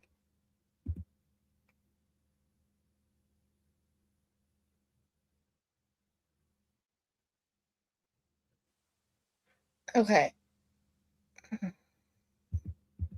Now we got Amber Heard's lawyer with their opening statement.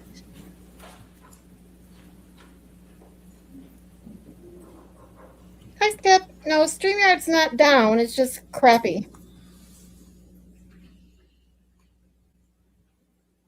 Yeah, Joy had to use her other account because this one, for some reason, Joy can't comment. And sometimes it just weird. It happens. It's so weird.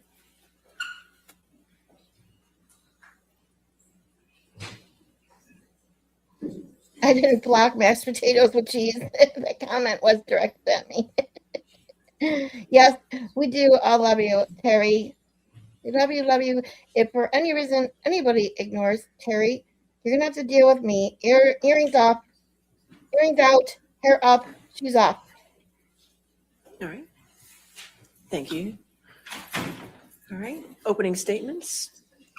Yes, Where did Mr. Shelly go? I Rattenborn. don't know. Is she working? Probably working. Shelby, we love you. May I approach? Yes, sir.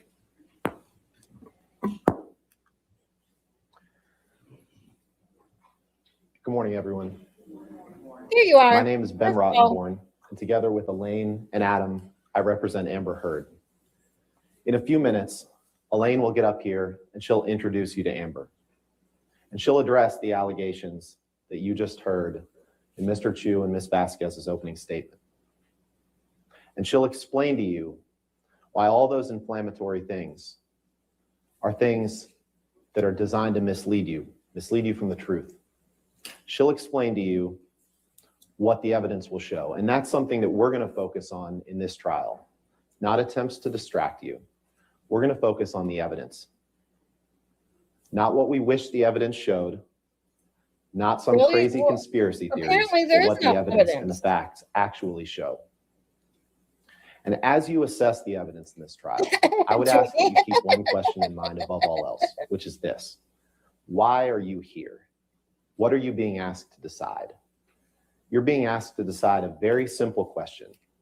And that question is, were the words that Amber used in the December 18th, 2018 opinion piece that was published in the Washington Post protected free speech under the First Amendment or Diane, not? hold on.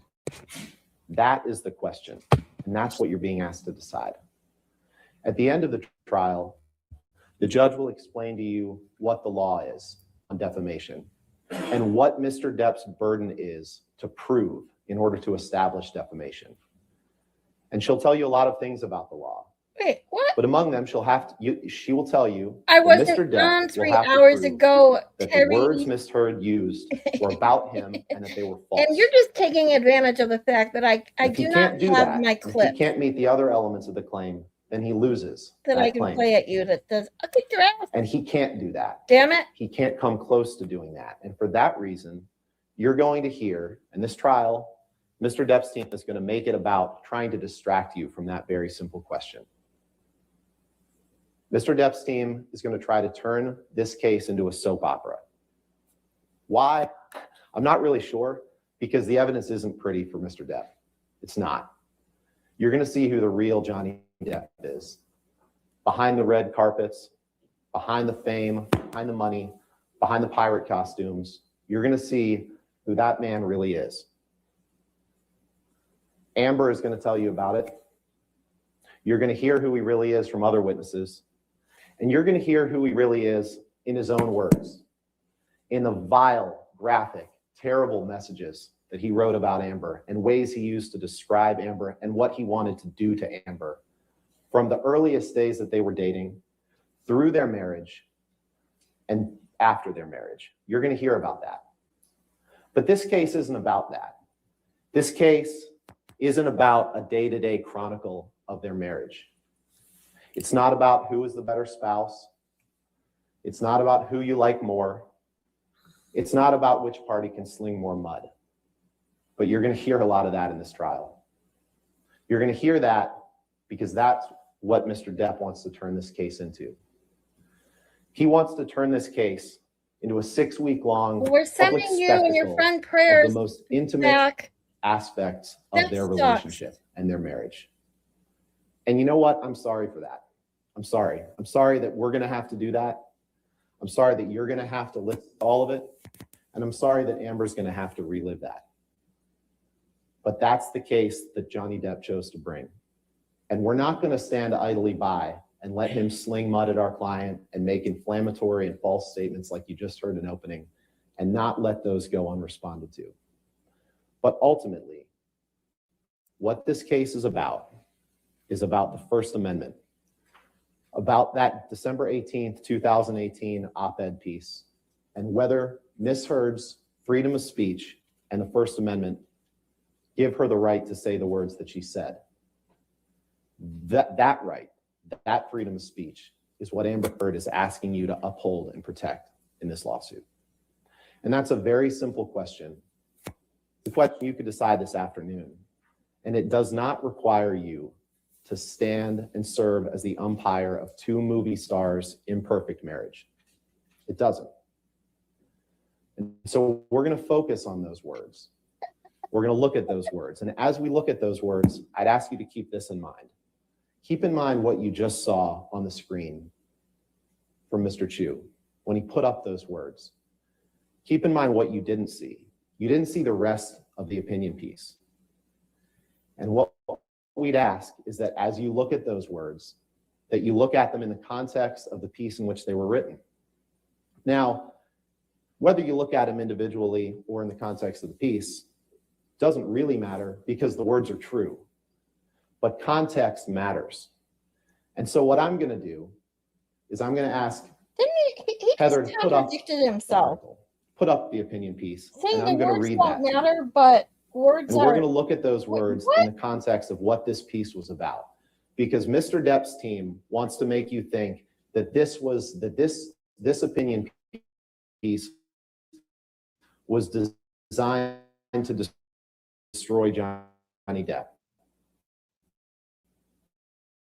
That this was designed to maliciously talk about him and their life together. And it wasn't. Take a moment to look at this. And I'd ask that you follow along if you can, but at what the piece as a whole says. I was exposed to abuse at a very young age. I knew certain things early on without ever having to be told. I knew that men have the power, physically, socially, and financially, and that a lot of institutions support that arrangement. I knew this long before I had the words to articulate it, and I bet you learned it young too. Like many women, I had been harassed and sexually assaulted by the time I was of college age, but I kept quiet. I did not expect filing complaints to bring justice, and I didn't see myself as a victim. Then, 2 years ago, I became a public figure representing domestic abuse, and I felt the full force of our culture's wrath for women who speak out. Friends and advisors told me I would never again work as an actress, that I would be blacklisted. A movie I was attached to recast my role. I had just shot a 2-year campaign as the face of a global fashion brand, and the company dropped me. Questions arose as to whether I would be able to keep my role of Mira in the movies Justice League and Aquaman. I had the rare vantage point of seeing, real time, how institutions protect men accused of abuse. Imagine a powerful man as a ship, like the Titanic. That ship is a huge enterprise. When it strikes an iceberg, there are a lot of people on board desperate to patch up holes, not because they believe in or even care about the ship, but because their own fates depend on the enterprise. In recent years, the Me Too movement has taught us about how power like this works, not just in Hollywood, but in all kinds of institutions, workplaces, places of worship, or simply in particular communities. In every walk of life, women are confronting these men who are buoyed by social, economic, and cultural power. And these institutions are beginning to change. We are in a transformative political moment. The president of our country has been accused by more than a dozen women of sexual misconduct, including assault and harassment. Outrage over his statements and behavior has energized a female-led opposition. Me Too started a conversation about just how profoundly sexual violence affects women in every area of our lives. And last month, more women were elected to Congress than ever in our history, with a mandate to take women's issues seriously. Women's rage and determination to end sexual violence are turning into a political force. We have an opening now to bolster and build institutions protective of women. For starters, Congress can reauthorize and strengthen the Violence Against Women Act. First passed in 1994, the act is one of the most effective pieces of legislation enacted to fight domestic violence and sexual assault. It creates support systems for people who report abuse and provides funding for rape crisis centers, legal assistance programs, and other critical services. It improves responses by law enforcement, and it prohibits discrimination against LGBTQ survivors. Funding for the act expired in September and has only been temporarily extended. We should continue to fight sexual assault on college campuses while simultaneously insisting on fair processes for adjudicating complaints. Last month, Education Secretary Betsy DeVos proposed changes to Title IX rules governing the treatment of sexual harassment and assault in schools. While some changes would make the process for handling complaints more fair, others would weaken protections for sexual assault survivors. For example, the new rules would require schools to investigate only the most extreme complaints, and then only when they are made to designated officials. Women on campuses already have trouble coming forward about sexual violence. Why would we allow institutions to scale back supports? I write this as a woman who had to change my phone number weekly because I was getting death threats. For months, I rarely left my apartment. And when I did, I was pursued by camera drones and photographers on foot, on motorcycles and in cars.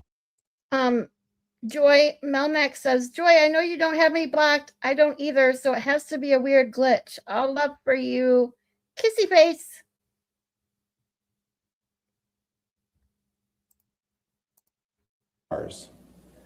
Tabloid outlets that posted pictures of me spun them in a negative light. I felt as though I was on trial in the court of public opinion, and my life and livelihood Exactly, Jeannie depended Lynn. on We're all myriad praying for judgments your far friend, beyond my control. Zach. I want to ensure that I'm so women who sorry come that forward to happened. talk about That's just violence awful. receive more support. We are electing representatives who know how deeply we care about these issues. We can work together to demand changes to laws and rules and social norms, and to right the imbalances that have shaped our lives.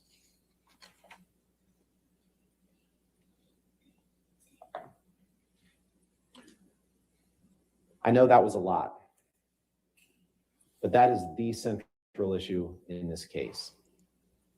Joy Are says, those back at words you, Melmac. that Amber wrote, are those protected by the First Amendment? You And the guys answer are is the very best. clearly yes. So let's talk about that article for a minute. First of all, the article doesn't mention Depp by name. It never once contains his name in that article. It is not about Amber's relationship with Mr. Depp. There are no details of any abuse in that article. The article is about proposed legislation and strengthening of government laws and policies designed to protect abuse victims and people who report abuse. That's what the article is about. And it was written in the midst of a social movement in which the American Civil Liberties Union, the ACLU, asked Amber to use her platform to speak on these important issues. And that's what she did. To do so, she drew on her experiences as someone who had reported domestic abuse. And there's no question, there is no dispute that she did in fact report domestic abuse in 2016. Depp's side admits that. She talked about her negative personal experiences and her reactions and opinions after being someone in Hollywood who reported abuse and the consequences that flowed from that. She talked about what she experienced in the days and months following reporting that abuse. That's what the article is about. The article isn't about Johnny Depp. The article is about the social change for which she is advocating and that the First Amendment protects. And so I hope you remember, as this case goes on, that you saw from Mr. Chu only the 3 statements in isolation, because they want you to forget that. They don't want you to pay attention to what the article is about.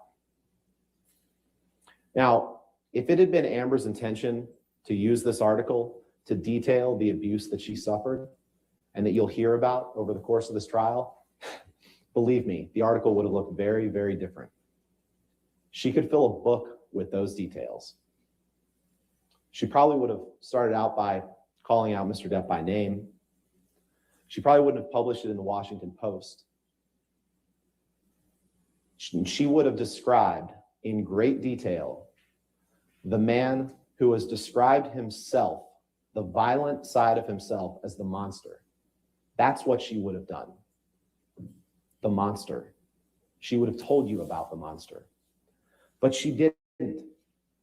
That wasn't the point of this article. YouTube And deleted she was your careful comment? to avoid that, even having her lawyer review. What did you say, Zach? Stupid YouTube.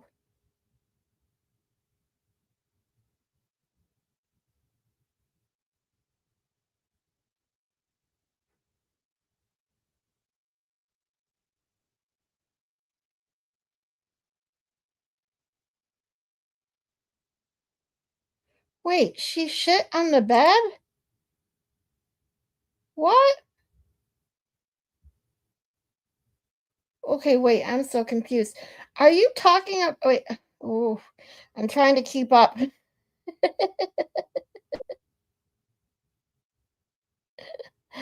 Better on his bed than his head. Spoiler alert. Yeah, Joy, you gave it a, that's what you guys weren't telling me earlier. That's why you call her Amber Turd. Oh my God. Are you serious? Ew. Ew.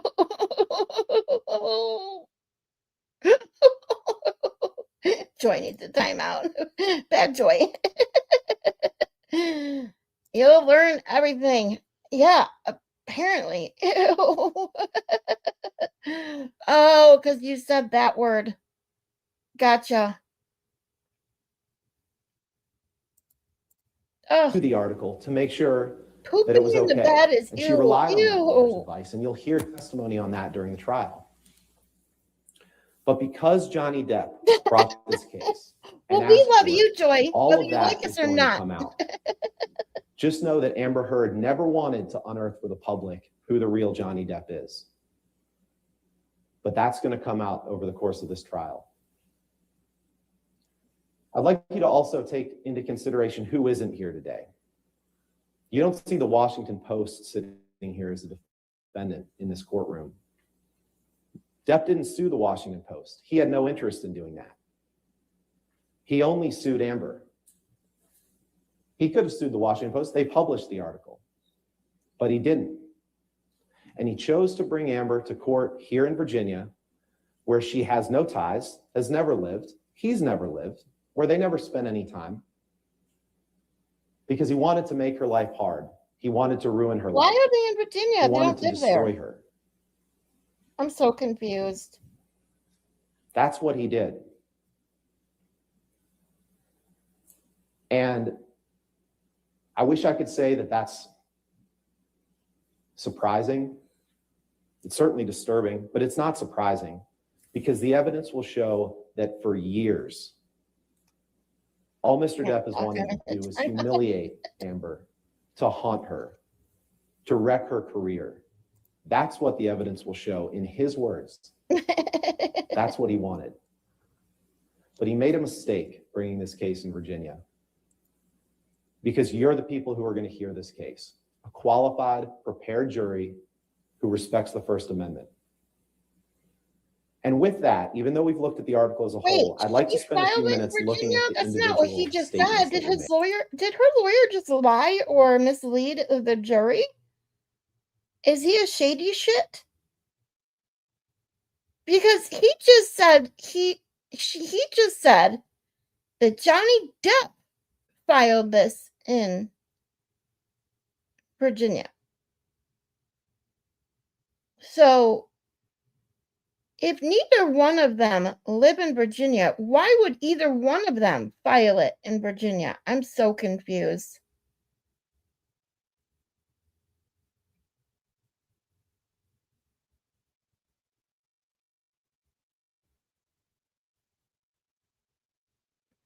You know I can see your comments even if you delete them. I've told you this, Shelley.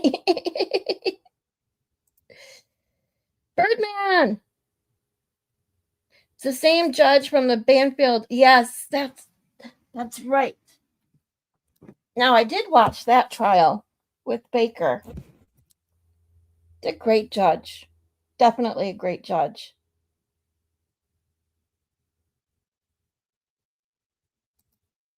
Yep, Melmac says great judge. Yeah, definitely. He's the plaintiff. She has a counterclaim. Right, but either way, how does this get into the courtroom in Virginia if neither one of them live in Virginia? Is it because that's where the Washington Post is at?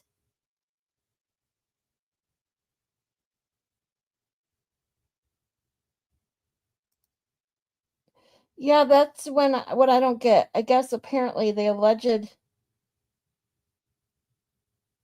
abuse happened in Virginia. Oh. Yes, remember I deleted a comment and Scarlett put it up on the screen. Yes, I did. Oops. Judge A threw that au pair all the way under the bus at her sentencing. Well, she deserved to be thrown under the bus. She was terrible. Okay, so the act happened in Virginia. Got it. Okay. Defamation trial was placed in Fairfax County, Virginia, primarily because the Washington Post op-ed at the center of the case was published via online servers located, I'm assuming, in Virginia. Google it. I can't copy and paste it all. You're good. Jeannie Lynn said no, the incident happened there. Okay, several of you say it was because that's where the op-ed was, and other people say it's because the incident occurred there. Oh, well, let's find out. We'll watch and find out. Just as Depp's side showed you, because I think it's important to do that as well. Can we pull up slide 1, please?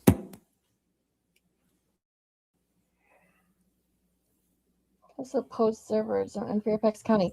Okay, so that's what I was wondering if it had to do with the actual Washington Post then. Then 2 years But ago, why isn't he I suing? became Why a didn't he public sue the figure Post? representing domestic abuse. And I felt the full force of our culture's wrath for women who speak out. There's absolutely nothing false about that statement. First of all, the evidence will show that Amber did suffer domestic abuse at the hands of Johnny Depp. And it took many forms. Physical, sure, but also emotional, verbal, psychological abuse. It's all domestic abuse that she suffered at his hands.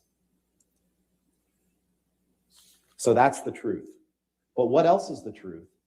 Is that on May 27th, 2016, 2 years before this opinion piece was published, Amber walked into a courtroom in California with bruises on her face that were given to her by Johnny Depp on that incident in May 21st, 2016, that Elaine's going to tell you more about. That absolutely were given to her. And she took out a domestic violence restraining order that she obtained from the court in California to protect herself. And she was, of course, a public figure. She was a movie star. She didn't want the paparazzi, the press photos. She got those, of course. Who wants to be photographed with a bruised face walking out of court? She didn't want that, and the evidence will show that. But she was a public figure, and 2 years before she wrote this article, she was a public figure representing domestic abuse. That is 100% true. And try as he might to take it away, Amber's freedom of speech gives her the right to say that. Can we pull up slide 2, please? This is the second statement. I had the rare vantage point of seeing in real time how institutions protect men accused of abuse. Once again, that statement is 100% true. Amber did accuse Johnny of abuse. And she saw how he was protected at the same time that her career took a downturn and that he did everything that he could to try to wreck her career, as the evidence will see. But she accused him of abuse. That statement is true. You don't need to relive every intimate detail of their marriage. You don't need to decide what happened on any individual day of their marriage to determine that the First Amendment protects that statement because it is true. He wants you to forget that. Don't take the bait. Let's pull up the third statement, please. Yay, Joy's out of time. This now. statement was in the headline of the online edition of the article. I spoke up against sexual violence and faced our culture's wrath. That has to change. The undisputed evidence in this case will be that Amber did not write these words, did not review these words, did not approve these words. That's how op-eds work. She wrote the article. She didn't write this headline. And for that reason alone, it's not defamatory. But here's the thing, like the first two statements, tragically, it's true. Amber did suffer sexual violence at the hands of Depp. And Ms. Vasquez tried to minimize that and tried to make you think that it's all made up. But it's not. You will hear in the most graphic and horrifying terms about the violence that she suffered. You'll hear that straight from her. She will get on the stand and she will tell you that. It happened. And by taking out that domestic violence restraining order, by obtaining that from the court, she did speak out against it. And all the other Yeah, abuse you're that right, she suffered. Akasha. And she said, enough is enough. I need to protect myself. She didn't want to do that. She didn't want to be forced to get that restraining order, Be but she careful did. driving, Akasha. She spoke out against the abuse by doing that. And the evidence will show that she did face her culture's wrath, perhaps illustrated no more clearly by the fact that she's here today facing this lawsuit brought by an obsessed ex-husband hell-bent on revenge. That's why she's here. That's why she's facing our culture's wrath. And as you consider whether these statements are true, I'd ask you to keep this in mind as well. The evidence will show that in May of 2016, when she obtained the restraining order, Mr. Depp never denied the allegations. And in fact, he signed a statement that Amber hadn't made any false statements for financial gain. He signed a statement saying she hadn't made any false statements. And you'll see that in evidence in this trial. And it was only 2 years later, How as does his career Marilyn was in Manson free play fall into and her the career was taking Oh, off, shit. that he pounced, Make a that he pint. chose to bring this Someone told me lawsuit to remember, make a pint. after saying that she hadn't made any false statements. And one thing that you'll be instructed at the end of the trial, but that Mr. Depp's side will try to distract you from, is that any damages that he suffered and any defamation has to Spoiler flow from that 2018 opinion piece. This case isn't about the statements made in 2016, even though they're true. This case is about the December 2018 opinion piece. That's what the case is about. And I have to say, it's pretty ironic.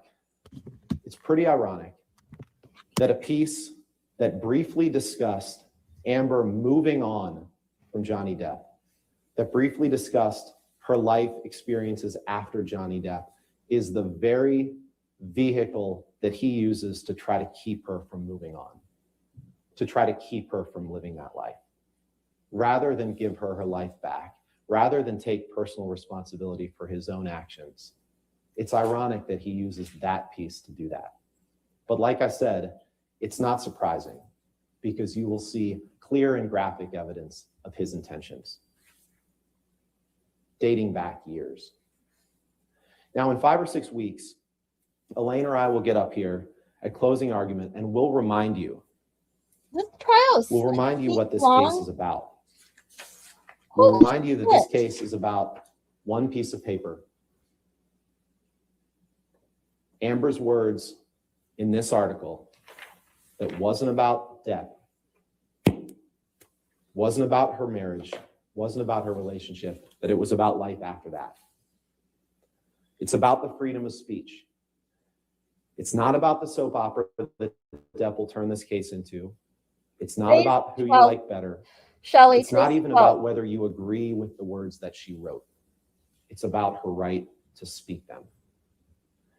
Now, before I sit down, I'd like to briefly discuss some of the damages that Depp alleges in this case, because Okay, he who's can't win the winning? case if he can't show damages. I'm already losing it. And the evidence will Who are show these fucking that people? he has not suffered 1 cent of damages from this op-ed. Okay, I'll Not speed it one. up. This guy is boring. Now, make no it mistake, sounds like he's just spewing shit.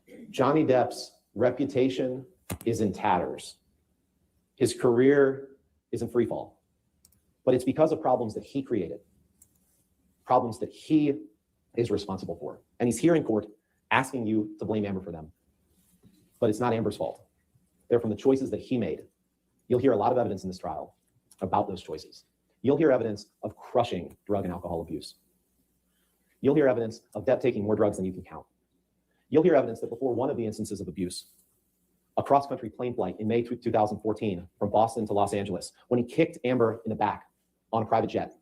You'll hear evidence that he had had no food for days, that he had used cocaine, that he had had half a bottle of whiskey, that he had had countless Red Bulls and vodkas, that he had taken pills, and on the plane decided to top all that off with 2 bottles of champagne. You'll hear evidence of that. And he blacked out on the plane, and he abused Amber and didn't remember anything about it when he woke up. You'll hear evidence of drug binges with his good friend Marilyn Manson. You'll hear evidence of that 3-day blackout in Australia that Ms. Vasquez tried to minimize and tell you was false. A 3-day blackout in which he abused and sexually assaulted Amber, all because she had the courage to confront him about his drinking. Imagine that.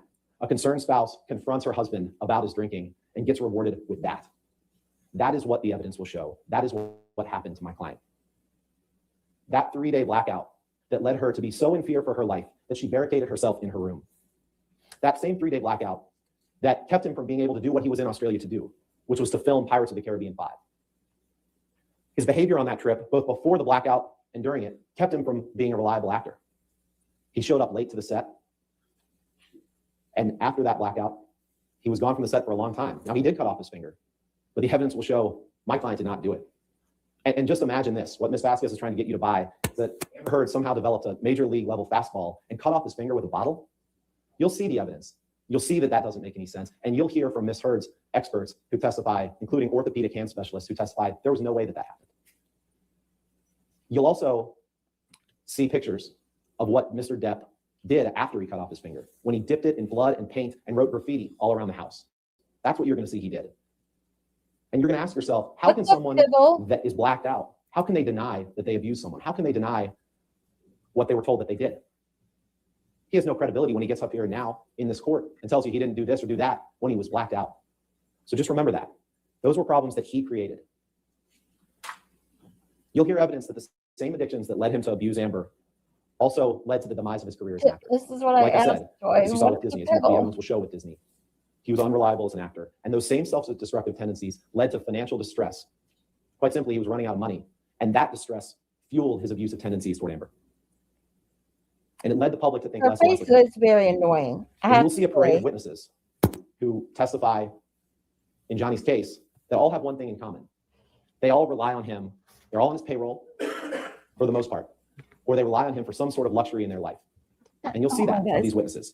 So in a lot of ways, Amber previewed the parade of witnesses when she said in her op-ed, and I'm going to read from it and quote it here. She said, you remember when I said this, imagine a powerful man as a ship, like the Titanic.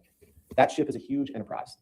When it strikes an iceberg, there are a lot of people on board desperate to patch up holes, not because they believe in or even care about the ship, but because their own fates depend on the enterprise. Remember that as Depp's witnesses take the stand, none of whom know what happened behind closed doors between him and Amber, none of whom can testify to that. But remember that these are people who care about their own financial well-being, just as Amber previewed in that article.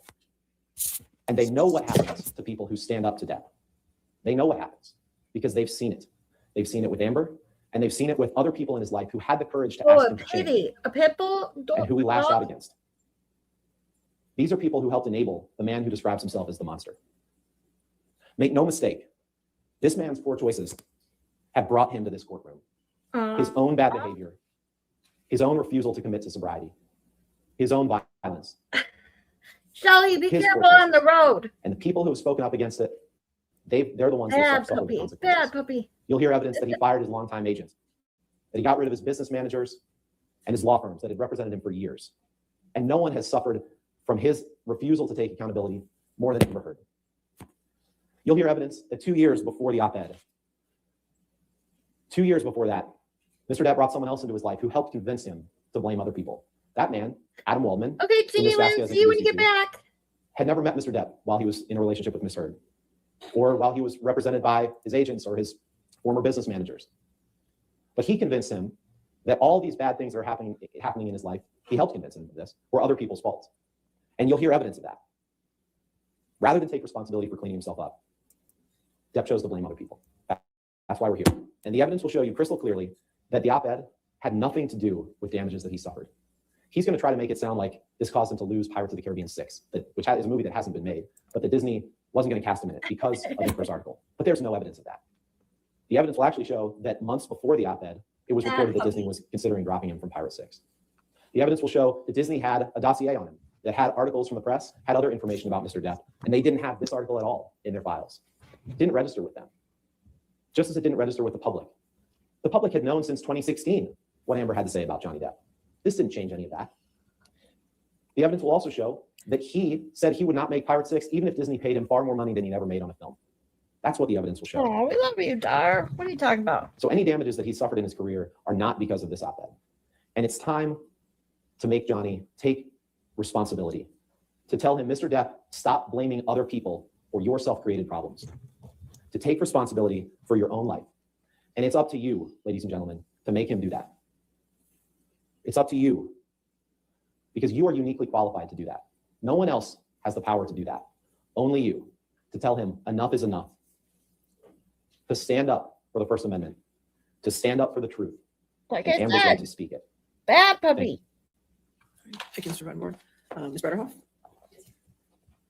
Yeah, I sped him up to 1.5 because he was very boring. And Melmac asked me to. So I normally speed it up at least to 1.25, but I wasn't even thinking about it today. I forgot.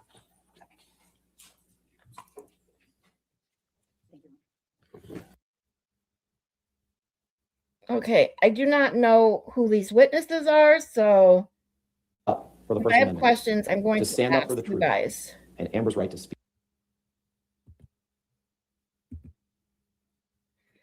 Oh, Elaine Bradhawk. Okay, who is Elaine? You guys mentioned Elaine. I don't know who Elaine is.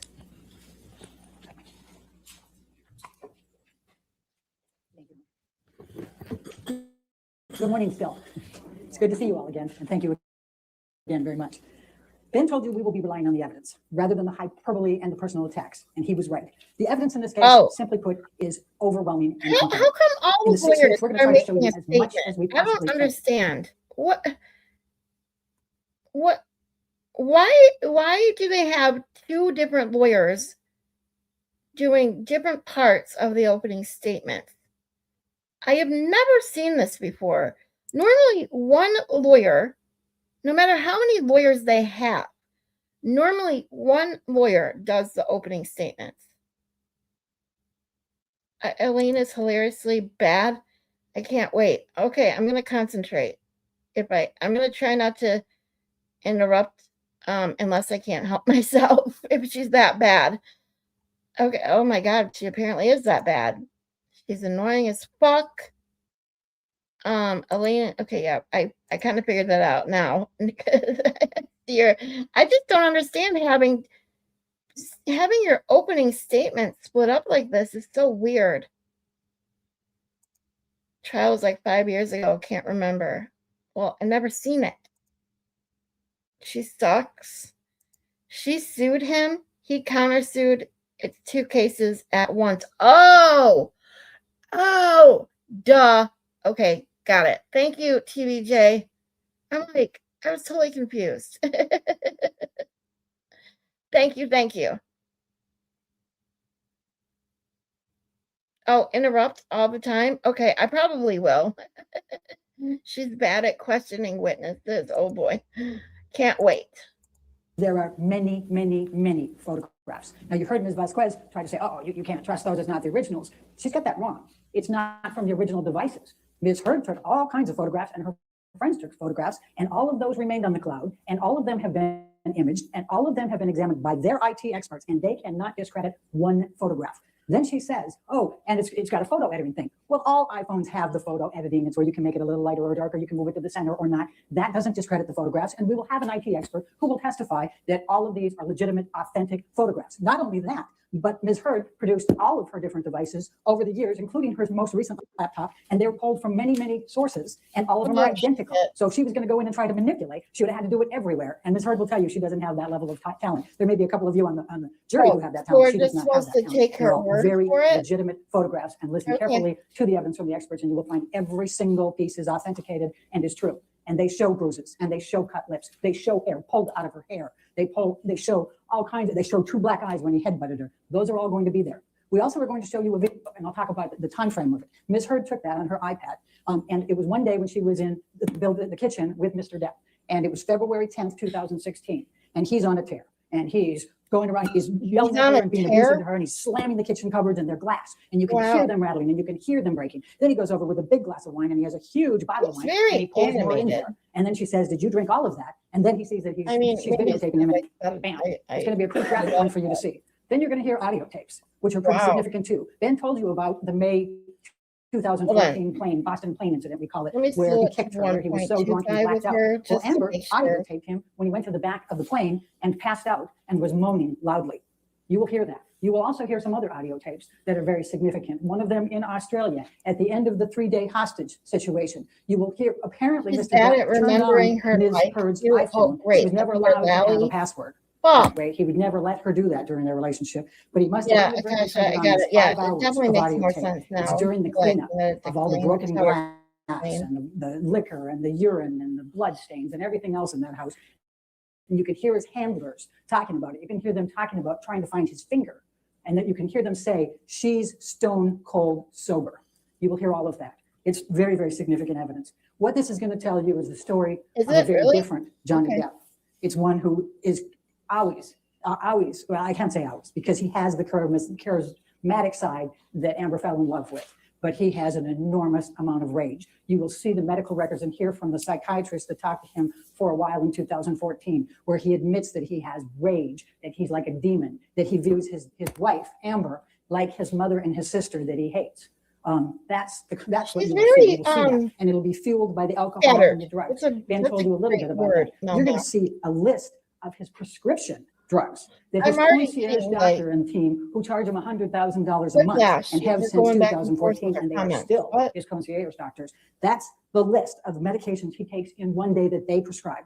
That doesn't include the cocaine. It doesn't include the ecstasy, the MDMA, the mushrooms, and all of the others. Okay, well, if they're prescribed, then what does It's it during these matter? rages that Mr. Depp engaged in verbal, emotional, physical, and sexual abuse of Amber. Let me You're introduce you to acting Amber, as, the she lesser said known it person like, here, and I know oh my when we were God, doing the voir how dire, dare you none of be you had even prescribed watched as much as medication? 3 of her movies. So I'm going to tell you a Wow. little bit about Amber. She's 35 years old. She's from Austin, Texas. She grew up outside of Austin, Texas. She has a daughter, Una, who turned 1 last week. Amber grew up in an area, her father was a construction worker, primarily a painter, but he would break horses as part-time. They lived out on a ranch area. Because her mother, Paige, who died 2 years ago at age 63, dropped out of medical school to marry Amber's father. She worked for the state of Texas in internet communications. They grew up very poor. Amber has a sister, Whitney, who's 16 months younger than her. And you will see and hear from Whitney later, because unfortunately she also witnessed some of the abuse. Amber rode horses with her father. She tried to work with him to help him break the horses. She remembers having a broken arm at least 4 times, being in casts during that time. But there were some things she learned from breaking those horses that was very Oh, significant. Her wonderful. father taught her she couldn't show fear, she couldn't show pain, and she couldn't show emotion. That's how she could break those horses. It's significant for you to know that, so you can understand how Amber could have remained in this relationship with Mr. Depp for as long as she could, and the dynamics of some of the abuse you're going to hear about, because that's what would be her instinct, is to stand up and not let him show that he's caused the pain, that he's caused the fear, that he's caused the humiliation. You'll hear about a long line of jobs that Amber started from back, age 12 as soon as she could, working in a soup kitchen. Well, that was volunteer, but then she took all kinds of miscellaneous jobs, lifeguards, everything else, trying to improve herself. She's Oh, not somebody first job who had she a great break. mentions is, What happened was she it's got a volunteer recognized job. by a Hollywood agent who expressed some interest in her. Wow. She took her $180 that she'd saved up and she went to LA. That's all she had to her name.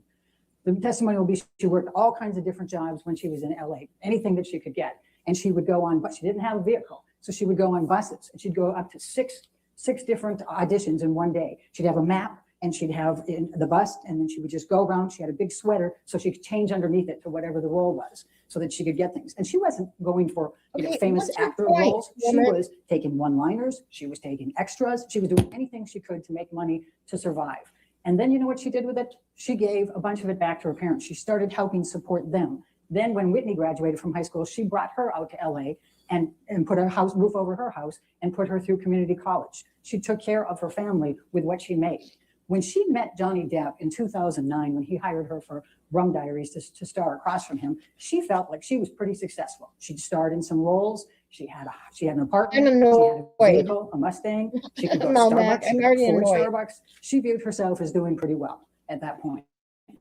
Now, during the Rum Diaries, she got to know Mr. Depp. Not true that she was pursuing him or anything else. She was in a long-term relationship with Tasha Van Ray, and he was in a long-term relationship with Vanessa Paradis.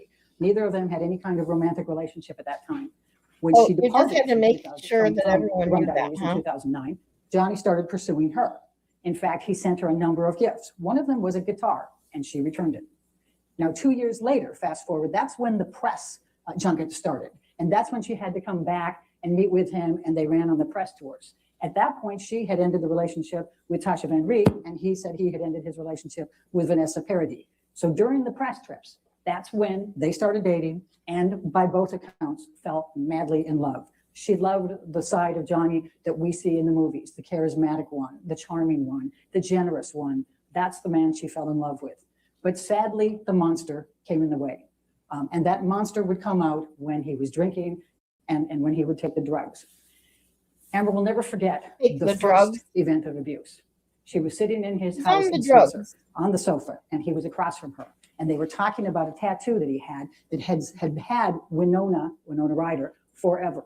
He had altered that to Wine Forever after he broke up with Winona Ryder. Just an aside, he had Slim, which was his nickname for Amber. When they broke up, he turned it to Scum. But in any event, he had that on there. And Amber thought he was making a joke when he was talking about it. And she laughed. Oh my And he God. slapped her. Now you see the rings that Mr. Depp has on him hurts when he slaps. And she was stunned. She had no idea what to think. And she kind of laughed thinking, well, maybe that was a joke. What just happened? And he slapped her again. And then she just froze and just looked. And then he hit her again. And this time it knocked her right off the sofa onto the ground. And she remembers her face was in this dirty, filthy carpet. That's what she remembers and fixated on, the dirty carpet. And she's thinking, oh my God, I have to leave. I have to leave. But I love him. I have to leave. But I love him. And she sat there for the longest time. Oh my Waited for God. the Are you longest time. serious? Then Johnny came off the sofa, got on his knees, That's not started what crying. people are thinking when told they're her he was being very, pushed very down sorry that he had done this. into It the never ground happened again. by their And he said some very abuser. significant words. I thought I had put the monster away for good. That's what he said to her that day. Well, Amber ended up leaving that day, and she went out to her car, her Mustang, and she remembers that it was cold, and she sat in the car. You for had the to make longest sure time, that and she everyone remembers knew it was watching a her breath Mustang. Oh my because it was God. cold, and she was thinking, What the fuck? I have to leave him, but I love him. She What is just that? kept Push the thinking that. buttons? She finally drove away. What are But those? Amber made the mistake that millions Not before push her the and millions after her buttons, have, Treasure. were victims of domestic abuse. She chose to stay and try to fix the problem and thinking that she could do that. So she stayed. Now, Amber was also, she grew up in an abusive family. Her father abused her mother, and sometimes she and Whitney. So she had that cycle in there, just as you've heard that Johnny had that cycle in his house. And so what's the normal to them is a little bit more difficult than some of us can understand. You will hear expert witness testimony about the cycles of violence and what happens with these people and how they react and all the With dynamics these of thinking they people? can fix them. She thought I'm not all the knocking way through, she tattoos. could I'm fix them. just She can just get them sober and clean. funny. Then everything was going to be that wonderful the side that she fell tattoos madly in alone. love with. And she kept trying and she kept trying. She went to Al-Anon meetings. She went to therapists. She tried to do couples therapy. You'll hear about their tape recording sessions to try to resolve fights or de-escalate them so he wouldn't get mad at her for anything. But you'll hear that he gets mad at her for all kinds of things. But he didn't want her to work. Here she's a budding actor who wants to be out there and succeed, and he doesn't want her to take roles. He starts controlling what she wears. He starts looking at her lines when she tries out for places. He nixes any romance scenes, sex scenes. He gets mad and accuses her of sleeping with every single one of her co-stars. It became a cycle of that, a control as well, emotional abuse as you go. But what's also significant in that is the property damage. And that's a hard one for Mr. Depp to be able to escape when he's claiming that he's such a docile thing and that it's all misheard. You're going to see pictures. He writes on mirrors, horrible things to her, writes on lampshades, on clothing, on countertops.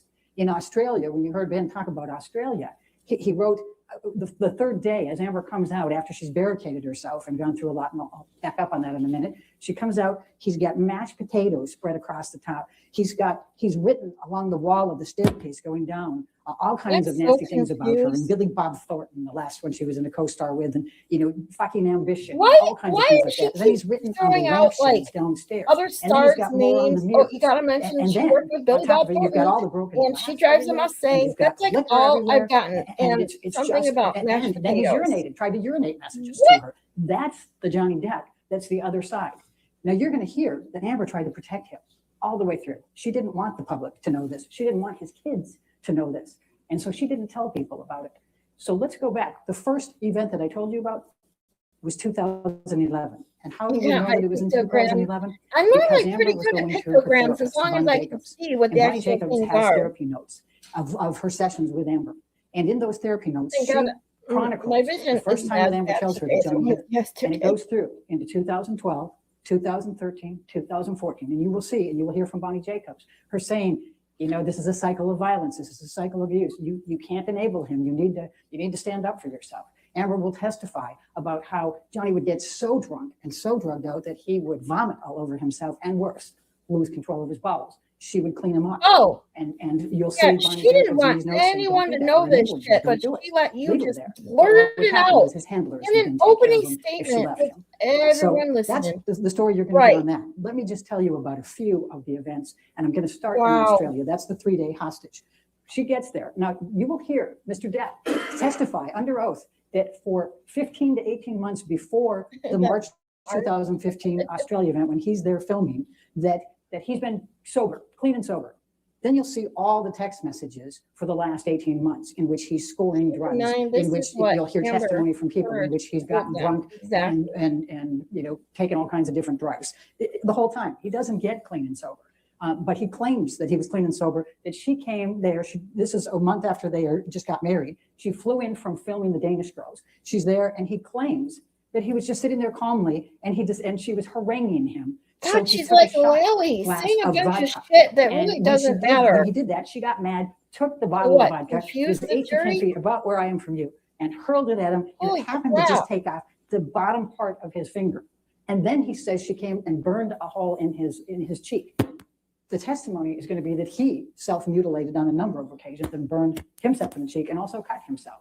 But Amber never did that. And you're going to hear from the experts testifying about this finger injury and how fantastic this version is. But the other part of it was he was with Marilyn Manson for the week before, scoring on cocaine. You'll see text messages of him getting it from his handlers. There's the cocaine and the liquor. Oh, And you'll hear it God. so much No. before that. But Amber gets there, and instead what he does is he takes 8 to 10 tablets of ecstasy almost immediately. And the next 3 days are just a cycle of very, very, very violent activity by him. Amber keeps trying to calm him down. She tries to get him to eat. She tries to get him to sleep. She tries to do these things. And he would just, he was, at times delusional, paranoid. He would be, mad at somebody else. Then he'd be mad at her. And by the way, we'll talk about the prenup, but he called her lawyer, who she had because she wanted to give him a prenup, and then they got married too quickly, so she was going to give him a postnup. He called the lawyer from Australia, called her a bitch, and fired her. You'll hear the testimony from the lawyer on that. That's the type of Johnny Depp that was there. And he didn't want the postnup. He didn't want the prenup. But now they're going to tell you that it was her that was mad. You're going to hear she had a lawyer and she was cooperating completely on that. So as you go through those 3 days of Australia, some pretty horrendous things happen to her. He rips off her nightgown. He has her jammed up against a bar. He has hurled bottles and bottles at her. He has dragged her across the floor on the broken bottles and That's for sure, he Melmac. has punched her. He has kicked her. He tells her he's going to fucking kill her. He fucking hates her. He's pounding at her, pounding her. And then he penetrates her with a liquor bottle. That's the Johnny Depp that you're going to hear about in this case. He's trying not to laugh. Now, after that, Amber goes to the Wow. airport, and what does she do? She buys a book by a psychiatrist who's talking about couples therapy. She's already trying to figure out a way to fix it again, fix this marriage that's only a month old, and her husband has just done these horrible things to her. Now they go back to LA. He's got to get his finger fixed, so he has to stop filming Pirates 5. They get there, and there's another fight in just 2 weeks from there. He's still using it at this point. He's still drunk. But Amber finds on a TV screen, his monitor, she finds pictures of another woman, naked pictures of a woman, and text messages which show that he's clearly having an affair. She gets extremely mad. Amber can be jealous too. She can get angry. She's half his age, and she's defiant. And we're not going to say she's perfect. She was mad as can be when she saw that, and she confronted him. The two of them were screaming at each other. Now her sister Whitney happened to be in the house. She was summoned. She literally was awakened to come and try to resolve this fight between the two of them. Okay, hold on. I'm gonna move so we can watch his reaction. Here we go. Thank you, TBJ. She's there, Johnny starts hitting Amber. And Whitney ends up getting in between them, and Amber thinks that Johnny's going to throw her down, push her down the stairs because he's in that position. So Amber actually gets up and punches Johnny in the face. She'll tell you that's the only time she has ever laid one on him, in an aggressive manner. But it's after he's already been hitting her, and it's in defense of her sister. And she'll admit she got him that time, and she actually did have an impact on him. She'll testify about how many times they were in their fights, and she said, she's almost half his size. So she said, if I pushed him, he doesn't move. He pushes me, I go flying across the room. There isn't any, ability on her part to be the abuser. What she'll also tell you is it took her a while to ever fight back. That many times before that, she would do what she did when she was breaking the Oh, you horses. just said wouldn't she show fear, couldn't ever wouldn't be show the pain, she abuser, would look but at them, yet she would just it be took her a defiant, and all it while would do to was piss fight him off back. more. She'll tell you that she Well, tried everything. She tried everything, What? from trying What? to be nice, trying to get away from him. She would throw things in his way to get him from running after her. She would try to, flail back. She would use her hands and legs, and she would go and try to fight him. She'd run into a room and try to barricade and push his hands and everything out of there. She'd try all those things, but she couldn't figure out what could get him to calm down. I'm going to fast forward now to the next one, and that is, I'm Oh going my to jump you God. up to after the Fast forward to stare the incident, next one. when Johnny You had to keep get going surgery back. on his finger. What? That's the longest period of time he stayed sober. It was almost 3 months. You're going to hear that he has never been through rehab, even though he has been a lifelong drug addict and alcoholic. Can't Never stand has he gone listening to through a words rehab like plan. this. Instead, there's twice that he went to some New York hospital and did a cleansing. One time it was for 3 days, and one time it was for 5 days, and that's it. He's never made any effort whatsoever to get sober or stop the drugs. But this particular time Stop he the did for drugs. almost 3 months. And you'll see He's the on text the messages. drugs. We're going to take you through this whole story and all the Stop text the messages drugs. and all the emails and all the testimony that you're going to get.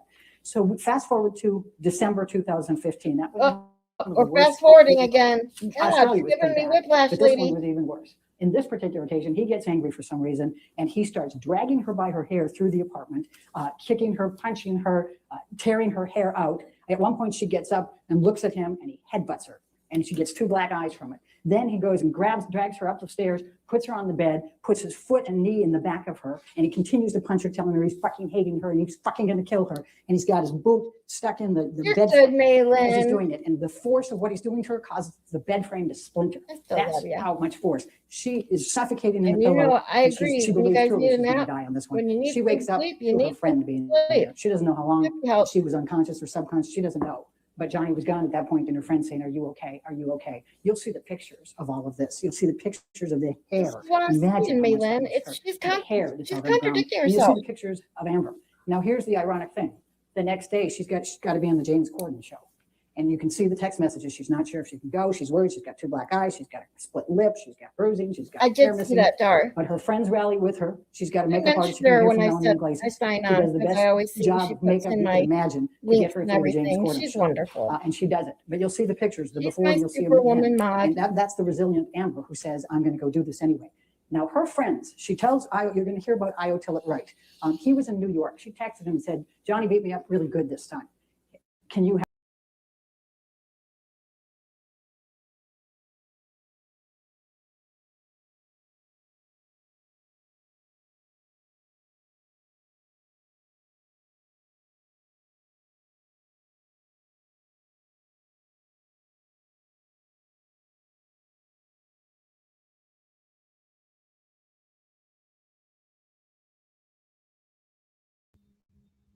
Sorry, guys. StreamYard is messed up. Ah.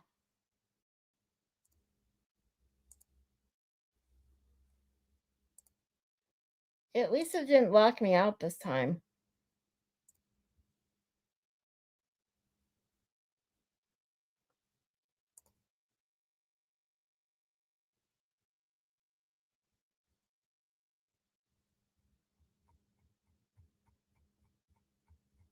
No, I gotta get back to where I was in the chat. Give me a second.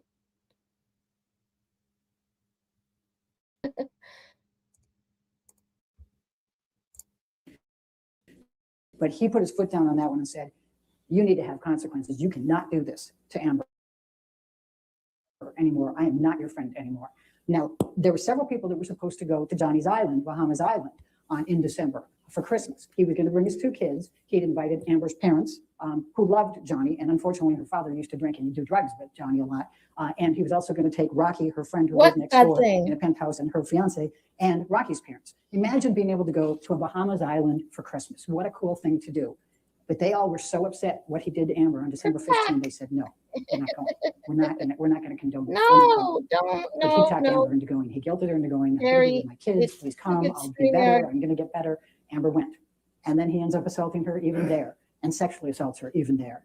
Now, you'll see a video from them of the Bahamas, the background? place that they Hey. stayed in on his island. I changed it. And the video just conveniently So I wouldn't leaves out the forget wardrobe and the Friday. bathroom where he committed the assault. It just goes Because around the and other makes one it had look like too it's much one room. white His kids were there, and for there's no some way they people. could have done that. But you'll hear the testimony and you'll see the pictures. Hurt their eyes.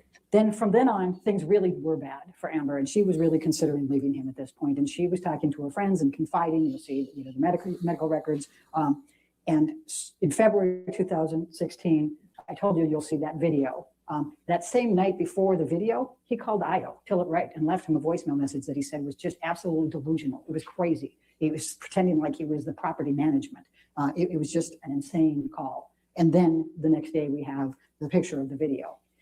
Then we get to April 30th, or April 21st, 2016, Amber's 30th birthday party. She was going to turn 30 the next day. Pretty big event. Oh, Her friends okay. had a tape that they put together of everybody giving her tributes. Johnny doesn't participate. They have a dinner and a party for her that night. Johnny says, I have a business meeting at 7 p.m. I'll be there after that. What kind of business meeting do you need to have at 7 p.m. when your wife turns 30?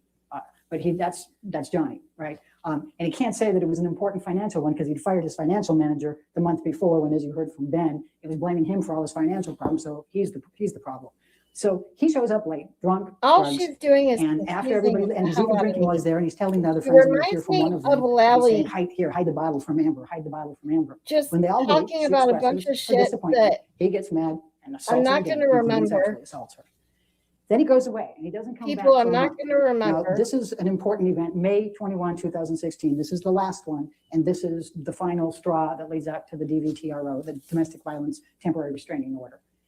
So he says he's coming over to get some clothes. He's going to go out on tour. She says, okay. He comes over, and his mother died the day before, and he's already in a state. He's been drinking. He's clearly high, and he comes in, and he's Right? got on his mind this obsession that when she, on her birthday, go back to her birthday, the next day she and her friends went to Coachella, but his housekeeper had Oh, come in now to she clean went to after that. Coachella. Always She's got a did. Mustang. And the She housekeeper went had to found Coachella. some Oh, feces on the bed. wait, And what? had been upset about it and taken a picture and sent it to him. So all of Oh. a sudden, a month later, he's got it in his head that Amber has conspired with her friends to defecate on the bed. It's human, not dog, even though they got two dogs and one of them has major problems. You'll hear about Boo and Pistol. And somehow Amber was doing this so he would get back there and find it, even though he had no intention of coming back, and even though the housekeeper was there. And he won't lose it. He won't get rid of it. He's just obsessed with it. Then he decides that it's Io Tillett Wright who did it, even though Io wasn't at the birthday party and wasn't even in town. So Amber gets Io on the phone. Io's in New York. And she says, this is what Johnny says. Can you please just calm him down? Tell him this isn't true. Tell him we didn't do it. We don't have a conspiracy here. And Io's thinking, what? And you'll hear from Io. He'll say, Amber's fecal phobia. And even, she's so embarrassed about that stuff. She would never conspire, never do anything like that to him. So they're kind of laughing at the absurdity of it. And that was the biggest mistake because that triggered his anger. And then he started hitting Amber. He grabbed the cell phone from her, wound it up and bashed it into her face. And you will see the pictures. You will see the bruise there. And you'll see the form of it there. Now, I was very, very upset. He's worried because he knows about the December 15, 2015. And he says, Amber, get out of there. Get out of there. Are you safe? Get out of there, as Johnny's storming around. And he calls Rocky, who lives next door. And then he calls 911. And it's not clear, whether Amber said call 911 or he said call 911, but he calls 911. But he's in New York and he's genuinely concerned for her safety. So he calls 911 there and he calls a friend in LA and says, please call 911 and just tell them this. So they get somebody there so we can get somebody fast. I don't know what's going on. So the police are called twice, essentially. And now here's what happens next. Johnny goes around and he trashes the apartment before he leaves. He loves to do that. You're going to hear about his penchant for that. Does it a lot. And you'll see a picture of him in the elevator afterwards, leaving with his bodyguard. And he's a little agitated there. And the police are called. You will see pictures of Amber with metadata on them, both before, during, and after. The police officers are there. But what happens is Amber calls her attorney, the one that she had consulted after the December 15 event. And the attorney says, if you press charges, they'll arrest him. And Amber says, I can't have that happen. I don't want his kids to know about this. I don't want the public to know. I can't have that happen. So when the police show up, she refuses to cooperate. She says, on the advice of my attorney, I'm not going to cooperate. But her friend Rocky, who's On fiance the was there, Josh at advice this point, of her he attorney, takes them her around and shows her one of the police attorney officers told all the her property damage around not the house as well. And the to police officers say to him, look, she's or got the just red mark on there, informed you know, if her you just give us the that name, we'll let her out. cooperating would And cause he his says, "No, I arrest. can't, she won't let me." So they Seriously? leave. Now, here's what happens and creates all of the, noise here that you're gonna have to deal with. So the police officers don't noise? make an incident report. They don't take a report. They don't document the property damage. They Wow. don't document the facial damage. Instead, they go out and they write on their CAD, that's their little system in there, they write verbal dispute only, victim uncooperative. That's their language for, we don't have to write a report. You'll see that the police officers have another one later that night, and they put verbal dispute only. That's their magic language. Now, that's notwithstanding that you will see these pictures, but Amber wasn't cooperating with them, and they were quite convinced she wasn't going to. So as many domestic violence, calls that they take, they're not gonna, this is one that they figure it's gone. Now, the other police officers come 2 hours later. They've cleaned up the place at this point. They don't know that these police officers are arriving, but when they do arrive there, they try to discourage them even from coming in. Josh answers the door, says, no, the other police officers were already here. And he says, and they say, no, but we just have to see her. And they have body cams, by the way, so you'll see the body cam footage of this. So they go through and they do that. And one of the significant things is you'll see on the CAD that the two police officer sets are communicating with each other. And the first set says, I don't think she's going to change her mind. And they know who the officers were the first time because they say officer signs. You'll hear this and you'll see it in the body cam footage. So they go through, Amber says, no, everything's fine. You can see on there, and they leave. Now, the reason this is so significant is what they have done with this in creating, and that's part of the counterclaim, and what their version Oh of my reality God. is Shut that Amber up. calls the cops. Then they Oh my don't see the God, injury, she's- so oh my God, they mess she's up the so place, bad. splash a little wine, and then call another set of cops. Does that sound like the situation here? No. And it's really important to look at the evidence and think about this. You'll hear from many, actually, I don't know how many of the police officers You will put on, think? but we have, between Oh. 4 and 6 But LAPD your police words are officers not experts evidence, who will say lady. those police officers, even when she declined to cooperate, should have taken a report. They should have documented it. That was police policy. So when faced with this big public, DVRO and all of the publicity later, now they go back to the police officers and say, hey, wait a second, you didn't take a report. You said it was a verbal dispute only. They're stuck. If all of that was true and they admitted it was true, then they violated policy by not doing a report because they were supposed to take a report. So the police officers chose the other and said, no, there was no evidence. But you're going to watch it. You're going to see it in real time. You're going to see it on metadata.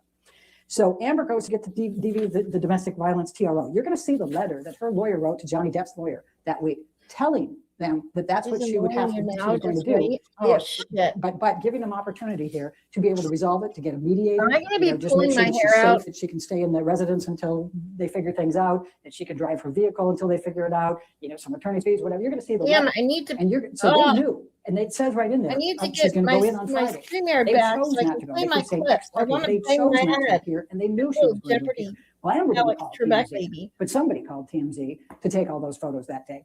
Now, you also heard them say that all kinds of Look people at his saw Amber face. that week. Oh my and God. she He's like, didn't, what the fuck she are you didn't have any talking bruises about, on her lady? face. Well, let me show you this. This is what Amber carried in her purse for the entire relationship with Johnny Depp. She's an actor. Do you honestly think she would have left her apartment ever without makeup? Do you think that she ever would have wanted other people to see her bruises and her cuts? Oh my God. This was what she used. Donna She became very Adelson's adept. lawyer You're going to hear was the testimony horrible. from Amber about how she had to mix the different colors for the different days of the bruises as they developed in the different coloring, and how she would use these to touch those up to be able to cover those. She also used concealer, foundation. You'll hear from her makeup person that Amber didn't even leave her bedroom without having foundation on. And one of the people that was at the building testified. He said she had makeup on and it would have covered that bruise. So that's the testimony on that. Now, I might want to pull let my me hair talk out. about the Damn divorce it. just for a moment. So they go through, they have the 2 months of trying to resolve the divorce. Ben already told you that they signed a joint statement in which Mr. Depp admits that she did not make any of these allegations falsely and not for financial gain. But they brought up the donation, so I want to. If someone has an extra $15 to send to my PayPal, I can paper my StreamYard so I can get my fucking clips back. Ah, sorry. talk to you about the donations for a moment. Now, here's the story. Amber didn't have a prenup. She didn't have a It- postnup. She was So more good, than willing Miss to do Scarlett. that. It's worth But it. as I Okay. told you, Mr. Depp fired her lawyers and said, only till death That's the only way we're going to part is through death. We don't need a post-nut. We I don't need a was prenup. looking That's forward to Johnny. it too. It's true, his advisors were all telling him, No get one. proof And she said, equals "I'll no get one," evidence and she hired a lawyer. But anyway, equals she didn't have a proof prenup. So of what you're going to doubt. hear is that meant no matter what, whether it was Exactly, abuse, Terry. adultery, irreconcilable It's a civil differences, though, abandonment, Terry, doesn't different matter. burden of She's proof. entitled to True, 50% but of everything still. during that marriage. Well, he did Pirates 5 and he did 2 other movies during that time. And you'll see that he made $65 She million brought the during those 2 compact. years. Half of that is 32.5. Amber didn't want that. You'll see an email from her lawyer that she forwarded on to her agent, who became Johnny's That agent later, compact didn't saying, come out till I want you to sign this because you're 2018. entitled to a Oh whole my lot more than God. 7 million. And I don't want you to come, basically, I don't want you to come back and sue me for malpractice. That's what her lawyer tells her.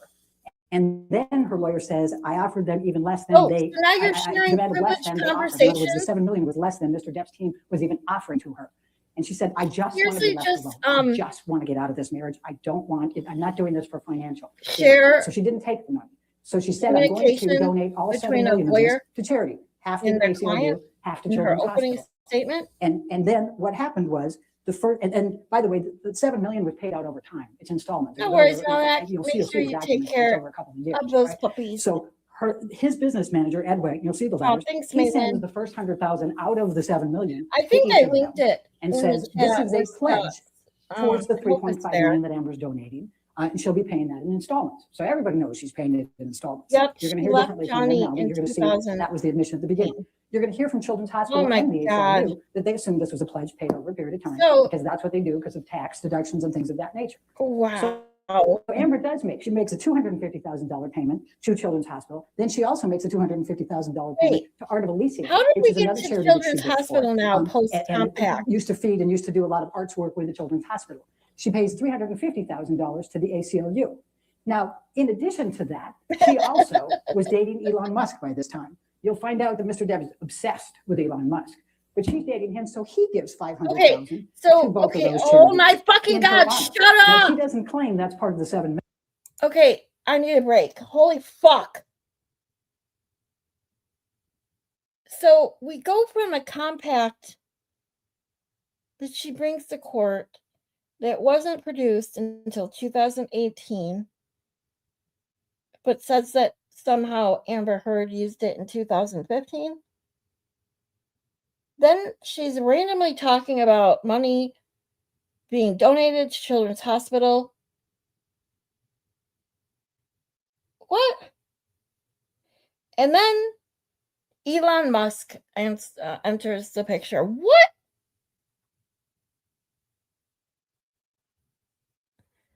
Holy fucking shit. I need, it's funny I said this in the beginning, that we probably wouldn't need as many palate cleansers as watching What's His Face Spanky. But I think I'm gonna need a couple. Oh, Wings, stop. Oh my God, Wings. You already sent me something, sweetheart. Oh my God. You guys are so, look at you. You guys, thank you, Winks, thank you. You didn't have to do that. You're awesome. You guys are so awesome. While I do this, because I'm going to pay my StreamYard right now, we're going to take a fucking palate cleanser break because this woman is already driving me fucking crazy. How the fucking fuck is this bitch still fucking talking? Oh, Elon Musk made those payments. Okay, so that's how he got into the picture. I'm like, what the fuck?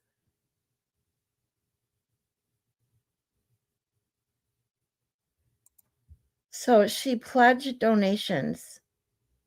Oh, these are the ones she never paid, right?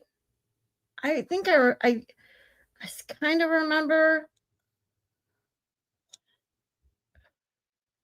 that she pledged to make donations but didn't pay them. Isn't that what she did? That part of her testimony is the freaking best. Oh, God. Trial has, I can tell already. Oh, my God. Pledge and donate mean the same thing, apparently, to Amber Heard it does. Yes, Winks, you're so sweet. Seriously. I'm wondering the same thing, Akasha. Let me see. Oh my God. Still 12 more fucking minutes. Does she ever shut up? She needs Yuri's dictionary. She drove EDB crazy. Oh my God. I can only imagine. Because I'm not a lawyer. So when you're not a lawyer, you kind of just judge by their demeanor, their expressiveness, and then the randomness of their statements. Emily Baker being an amazing lawyer, and the way that she analyzes cases, in a such a great but funny way. I love it. I could only imagine her reactions to this crazy broad. Oh my God.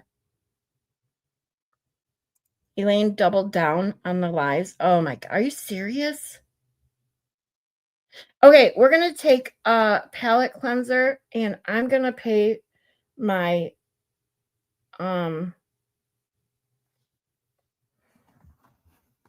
my blah blah blah. If I can get the word out. StreamYard. Thank you to Winks again. You're amazing. So I can get my clips going. Give me 1 second.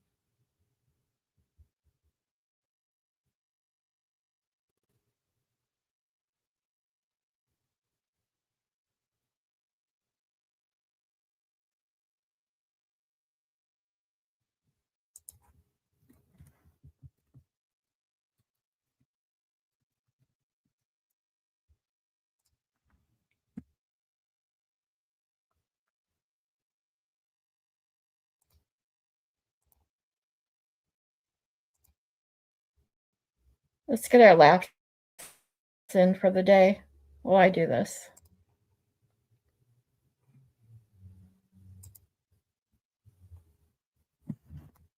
What the fuck is this thing? What is this thing? So I'm gonna have sex with this thing tonight, okay? And we're gonna reenact the butt dial.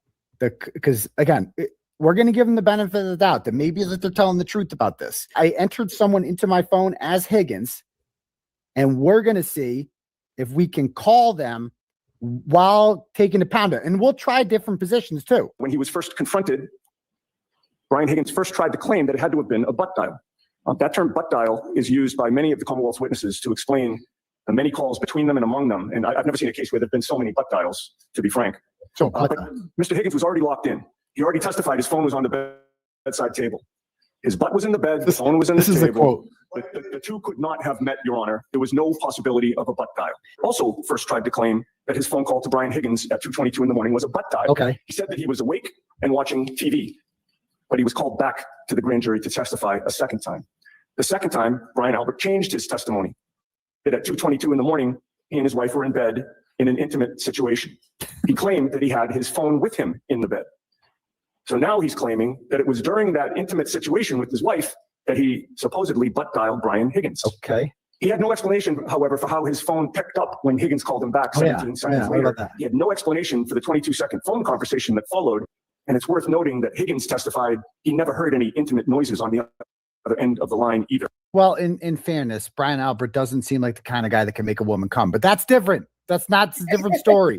Is there any truth to this? I don't know. So okay. So this is Nicole Albert. All right. And it's like, okay, so we've been drinking all day and, we've been married for 30 whatever years and you probably have mistresses on the side or whatever. And we're swinging, but you need to fuck me right now, Brian. Fuck me, Brian. Come on, let's go. I want to fuck right now. It's 2:30 in the morning. I don't care how drunk you are. Get your dick up and let's fucking go. Fuck me. Okay, sorry. Okay. So, well, let me just check my phone over here. Okay. So then Nicole's going to come. Basically, ass. Yeah, giving it to her. Good. Yeah, give it. You like that? Yeah, fucking bought fugitive, huh? You like that, huh? And then she, okay, so let's see if I could call Higgins here. Let's see what happens. Right, let's go. Yeah, dude, I can't even get to the passcode part. Yeah, you like that? Oh, you're a naughty girl, aren't you? You're a naughty girl. Yeah, you like that, huh? Huh? Yeah, I bet you do. I bet you fucking do. I can't even get to the passcode part. I can't even do it. So now we'll do role reverse. And then she's gonna ride me this time. This can't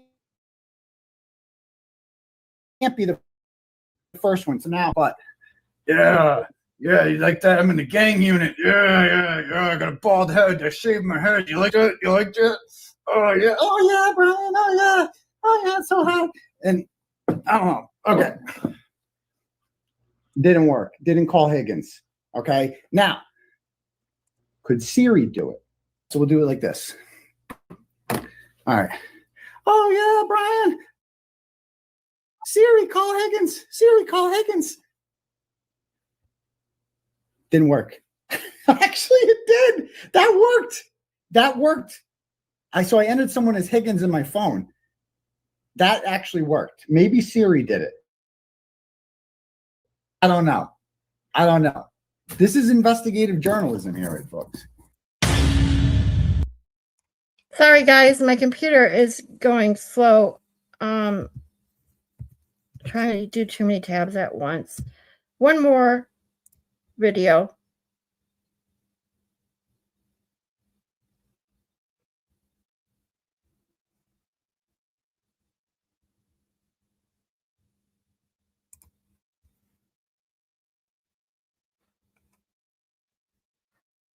There's two chicks in this movie. There's Anna and there's Elsa. Elsa's the oldest sister and first in line to be queen. And Anna is like the redheaded Prince Harry dude. So she'll be nothing except the princess her whole life. Elsa, the oldest sister, is cursed. When she gets mad, she starts touching shit and it turns to like ice. My kids and everybody I talk to, they all love Anna. Anna is the worst character in the history of all Disney movies. I fucking hate that bitch. People don't like Elsa. Elsa's one of the greatest Disney characters of all time. Two grown men.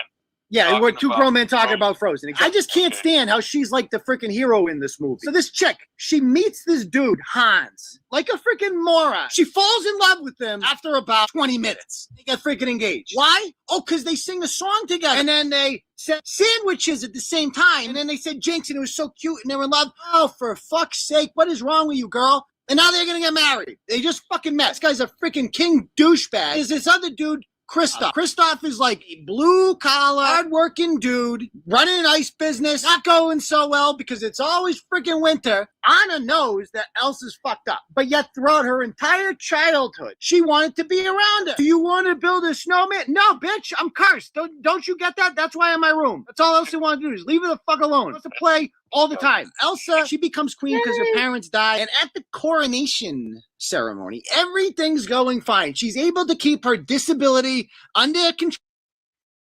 She didn't have to freeze a bitch. Then Anna comes over. It's Elsa's big day, and she has to go and make it all about her. Over her, and she's like, "Oh, we just got married. We're gonna get married in love." And Elsa's like, "That's the stupidest fucking thing I've ever heard in my life because I'm a fucking grown up and I'm Elsa. What the fuck is wrong with you?" "Oh, I love her. We just met.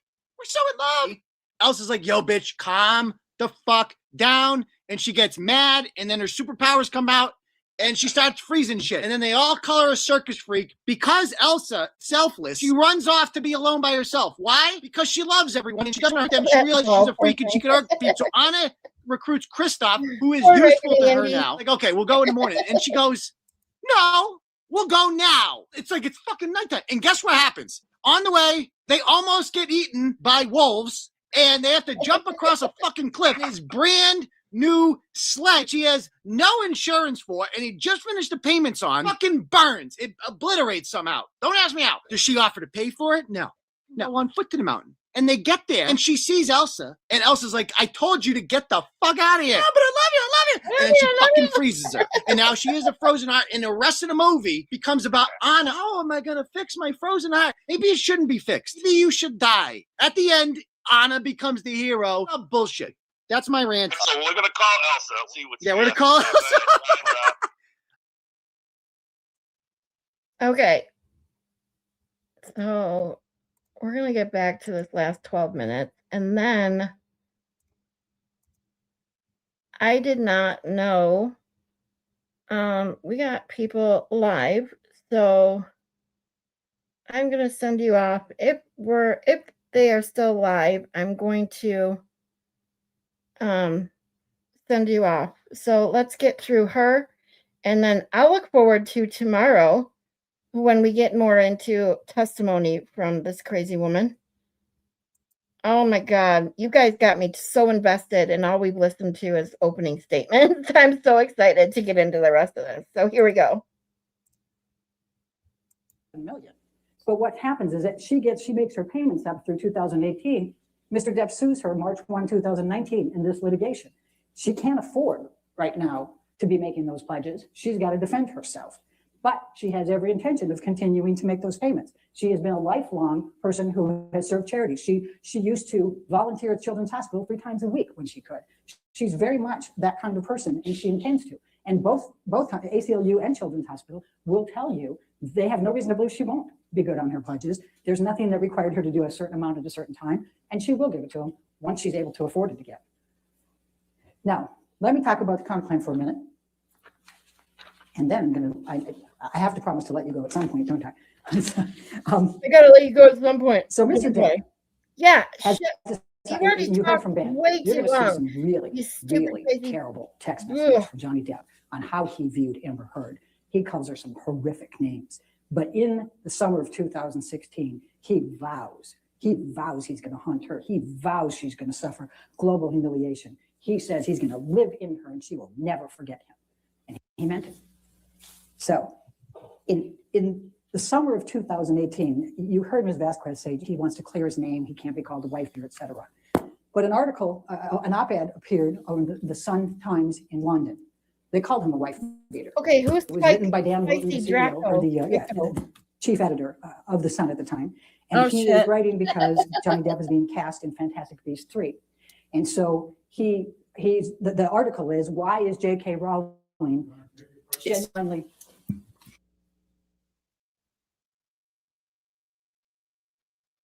Now she's talking about J.K. Rowling, what, and Mustangs and the Coachella. How much of the shit is she going to bring up in opening statements? God.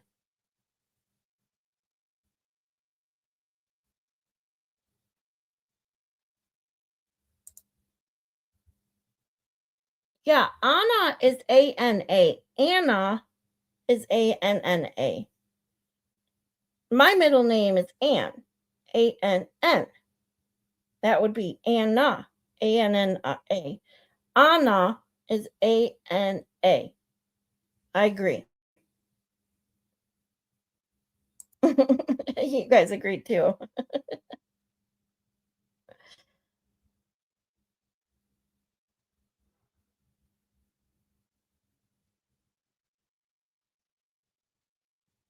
She received the last payment in 2018. Johnny didn't sue her until 2019. So you will hear testimony. Because he sued her Let me back up a little bit. after she So received you have heard from Mr. payment. Depp's team that they are going to claim that Amber Heard abused Johnny Depp. You also are hearing from them that he says yours that she is cut off his finger. A-N-N-E? When you look at the text messages, Mine and you is look at the just emails, A-N-N, you will see just that without in the every E. one of those, Mr. Depp said to Dr. Kipper, to David Heard, Amber's father, and to others, I cut off my finger. Yes, You will see Anna. that. He never, throughout the entire time he was married to Amber, ever claimed that she hit him. He never, ever, throughout the time he was married to Amber Heard, claimed that she cut off the finger. Only 2 years later does he, for the very first time, start claiming she abused him and start claiming that she cut off the Wait till finger. we get I'm going to ask you to look hard at the evidence. $500 bottles of because wine the a evidence day. is going to show that it never, ever came up before. Now, let's talk about the counterclaim for a few minutes. There's a few statements here. $1,500? Now, they've said, why are you suing Adam Waldman? We heard from Ben that Adam Waldman didn't come into Johnny Depp's life until October 2016. He wasn't there for any of the I marriage. barely He know what doesn't it's like have to any have personal knowledge of their marriage. $100 Everything he does is based on Johnny Depp. Johnny Depp used Adam Here Waldman in a as his year, agent, and you will see a let bunch of alone texts in where a he's day. saying, yeah, man, he's going after these people. He's doing all this stuff. Oh my and God. He's suing my business manager. He's suing the lawyer. He's going at, he's doing all this. He's also going to the press and making all kinds of statements about Amber Heard. And those statements are as follows. And Heather, if you can pull up the first. The first one is Adam Waldman, Depp's lawyer, said afterwards, Amber Heard and her friends in the media use fake sexual violence allegations as both a sword and a shield, depending on their needs. They have selected some of her sexual violence hoax facts Yeah, just forget as the about sword, it. inflicting them on the public and Mr. Depp. Darn. Now, there isn't any sexual violence hoax. There isn't any hoax at all. She But couldn't he's make out a there affirmatively donation stating that to she's got this charities. Please don't conspiracy be- with her friends and she's making these things up. And it's very, very damaging and harmful to her. The testimony will be that these Depp fans Mama, take yes, and I'll run with change these it for things. you. And you're going to hear from an expert who talks about computer-wise when you search My the husband post, was and you invested see in that this it just case. Oh, wow. spreads out into the internet and the social media and generates a lot I'm of negative so publicity. invested. Like, for I Amber. can't wait to Statement dive two, right please. into this now. This was made in April of I 2020. wasn't sure what it was Depp's going to be like. lawyer but Adam I didn't Waldman expect said that. various discrepancies prove that nothing Heard and her friends said about the events of May 21, 2016 could be considered credible. Quite simply, this was an ambush, a hoax. They set Mr. Depp up by calling the cops, but the first attempt didn't do the trick, he told DailyMail.com. The officers came to the penthouses, thoroughly searched and interviewed, and left after seeing no damage to face or property. So Amber and her friends spilled a little wine, roughed the place up, and got their story straight under the direction of a lawyer and publicist, and then placed a second call to 911. Now, I've already told you all about the events of May 21, but you're also going to hear from the second set of officers. There's no way that Amber was trying with her friends to now get charged there. The third statement, if you may. Depp's attorney, Adam Waldman, said, when Amanda Day Cadenet, that's a friend of Amber's, Amber Heard's best friend and Me Too activist, recants her support for Ms. Heard and testifies against her, you know we have definitely. reached the beginning of the end of Ms. Heard's abuse hoax against Johnny Depp. Amanda Day Cadenet never testified against her, but that's... I worked at a wine and liquor store over the holiday as a seasonal because of all my experience, bartending and stuff in the past. And I needed a little extra money a couple years ago. I worked over there over the seasonal holiday, and you can get a very, very good bottle of wine for way less money. I mean, you can get a decent bottle of wine and even, a pretty good bottle of wine for $15. So if you really want, depending on what you're looking for and what kind of special whatever you want in your wine, if you're looking for specific undertones or whatever, you can get a great, excellent bottle of wine for less than $40. So $500 for a bottle of wine, I'm sorry. I agree. Just crazy. That's not the part that we're claiming is the defamation. It's abuse hoax Exactly, against TJ. Johnny Depp. In other words, in Offensive all of these doesn't articles, mean better. articles, he's saying that she created an abuse hoax, and you're going to make those determinations of whether that's true or not. But what we're going to show you is that not only was tremendously damaging to Amber. Yeah, she doesn't shut up, emotionally, does and you're she, going to hear Shelley? from an expert on domestic violence and intimate partner violence, IPV, about how those triggers happen when you have somebody who's gone through all of this and she's trying to heal. I've never She's trying had to get Don past this, Perignon. and then bam, you I come love in there and you champagne, inflict this, too. you put this out in the public, and everybody runs it. There's over But I a like- million. We're going to tell you about 1 million different searches I on like the Twitter the from these different sweeter hits, champagne, how not that the impacts dry her brut emotionally. stuff. Every time somebody calls her a liar for what she went through and how hard she tried to protect Johnny Depp so that his children and the public never found out about that Johnny Depp, and how much that has harmed her and how much emotionally that's impacted her and re-triggered and re-triggered. But we're also going to talk to you about the reputational damages for that. Amber made it through the divorce. Then she got cast in Aquaman. A few of you saw that.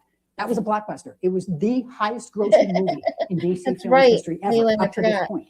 It hit over $1 billion Yeah, in a very it's short probably period of going time. to drive It me was a crazy. mega too. hit. I'm not She that was moving trained, forward. Then she gets hit with but these defamatory statements I and still all know a of lot the Depp when it comes followings to and psychology the and computer that, and Twitter so. and everything else. Nobody wants to touch her. Well, and you're going to hear from an expert who's going to say, look at Jason Momoa, look at Gal Gadot, look at Oh, other people who now started brought coming up up in those Jason tracks. Momoa. And How she many was Justice people is League that and that she's Aquaman. brought up? Look what they're Elon getting. They're getting Musk, commercials. They're getting all Jason kinds of different Momoa. film opportunities. These are the things that she would have gotten. Nobody will touch her. I already She's forgot. a pariah. She's We're brought going to up so ask many you, people. as Ben said, Good shit. to hold Mr. Depp responsible. Screw the Enough is wine, give me enough. whiskey. But we're also going to ask you to hold him responsible and try to fully and fairly compensate Amber for what he has done to her. Thank you very much. Thank you, Ms. Oh, Barnard. Based on the time, It's ladies and gentlemen, I think I'm going to done. release you for lunch a little early so we can just start with the first witness when we get back Holy from lunch. shit. I think it's just a natural break. Okay. So if you want to, So I'm going to pause it here and see what we got next. So opening statements are done. Finally, she shut up. So next is, let's see.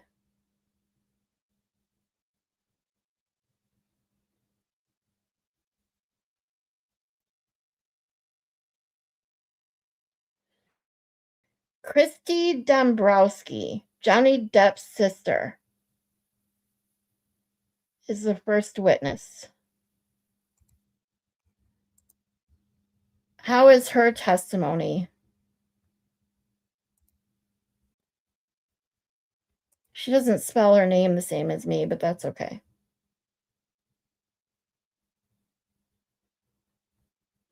Oh, Baker, wait.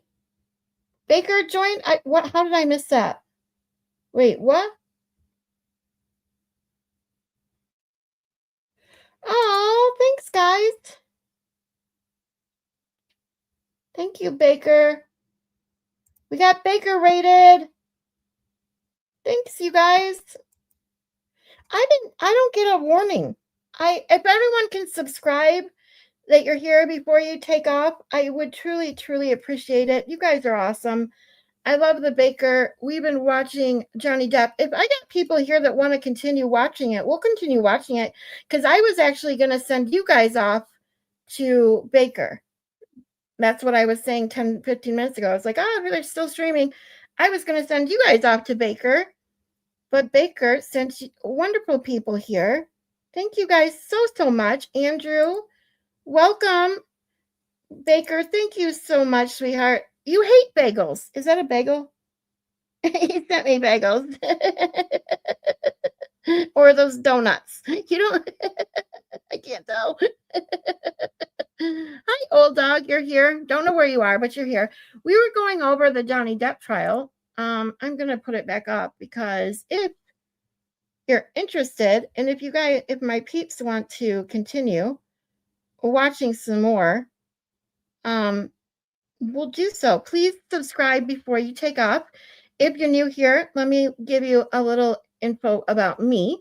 I started my channel to go into the psychology behind some group thinking, psychological phenomenon like confirmation bias. It started with the group thinking in the Turtle Boy derangement syndrome / anti-Karen Reed community, that I wanted to work on some videos regarding that and give a little psychology knowledge, as my education is in psychology. And I realized that I couldn't really do that and give my full, what's the word? Valuation on that subject until I started from the beginning. So I started my channel, and we have been watching Karen Reed trial 1 and 2 back to back because I had never seen trial 1. And we just finished trial 2 last week. So my peeps that hang out with me during the day, we decided yesterday that we would watch this trial because apparently it's got some pretty good antics here with the Amber Heard v. Johnny Depp, or vice versa. Johnny Depp yeah. So they're suing each other basically. So I have never seen it. We just finished opening statements, and oh my god, crazy lady just like Lally, reminded me exactly like Lally, spewing a bunch of shit that doesn't mean anything in an opening statement. So here we are. Besides this, and besides watching the trials, I also do psych nights where I just delve into some basic information about psychological phenomenon. And then I also have no shame in going petty now and then because I'm opinionated. I have things to say. And a lot of times we just hang out and chat with each other. I love hanging out with my chat. I do get behind, fair warning, and a trigger warning that the F word just flies out of my mouth from time to time. So if you're offended by swear words, I'm sorry. It just kind of happens because I just can't help myself sometimes. So let me see who's here. Yes, please don't subscribe. Don't forget to subscribe. I said don't subscribe. Don't forget to subscribe. Thank you so much. I am trying to get up to my 500 subscribers. I was at 277. I needed 223 to get monetized because I do have my viewing hours. I just need 500 subscribers. And I was trying to get Baker up to 24,000 so he did not have to sleep in a tent and get kicked in the kahunas because we do not want that. Aw, well, dog, a good place. Yes, I love hanging out with everyone and just chatting with you guys sometimes. We did that yesterday for over 5 hours. I had plans yesterday and we just sat and chatted for 5 hours. We had a blast. Oh, and last, before I forget, number 1 rule is we always find a way to laugh. I always tell everybody 100% that we need to laugh. We all deal with stresses in our lives and anxiety in and outside of our homes. And I'm always hoping to provide something that will make you smile and make you laugh, even if it's just for a few minutes every day. So thank you for being here. Yes, TBJ, thank you. Thank you, Baker, so much. Oh, yeah, and when I hit 500 subscribers, I guess I'm going to have to ban Zach. What am I going to do, Zach? What am I going to do if I have to ban you?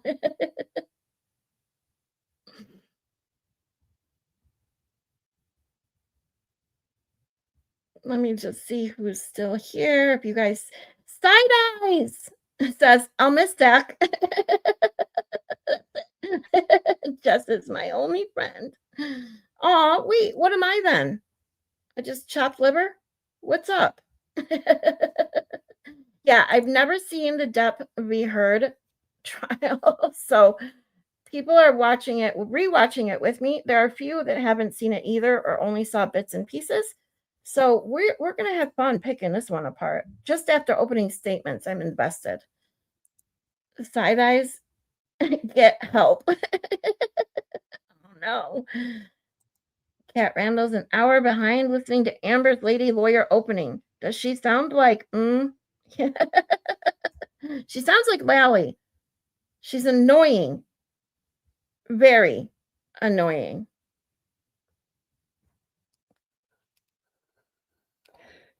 Thank you for the Baker raid. You guys are awesome. I don't talk about your clam. That is a bit too early in the day.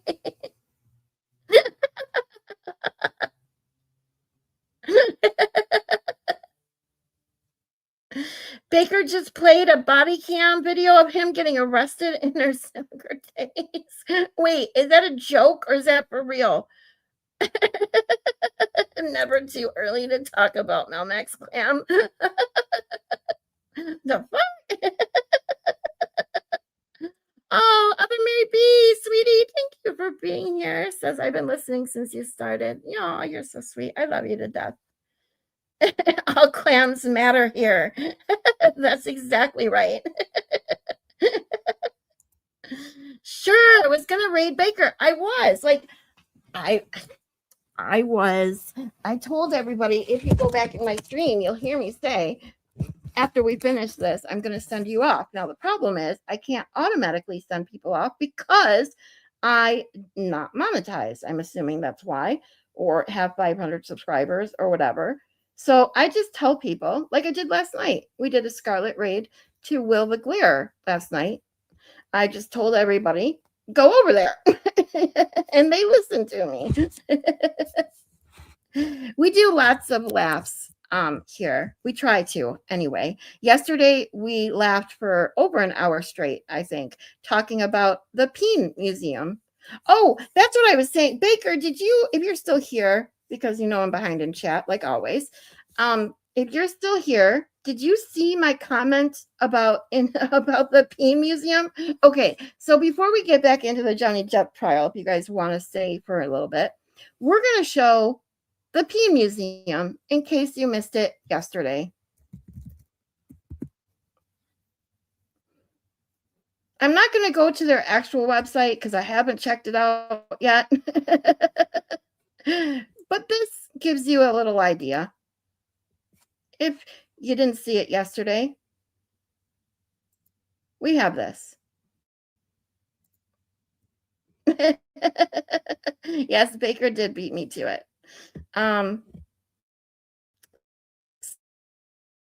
So,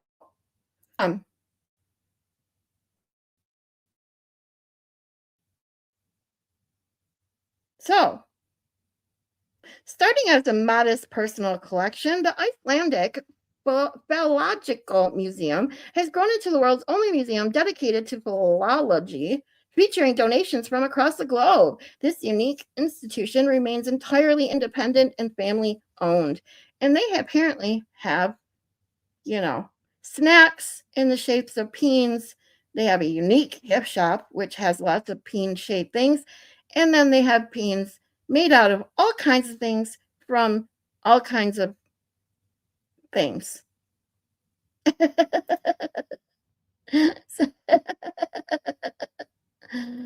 Baker could have used the other Mary B in his chat.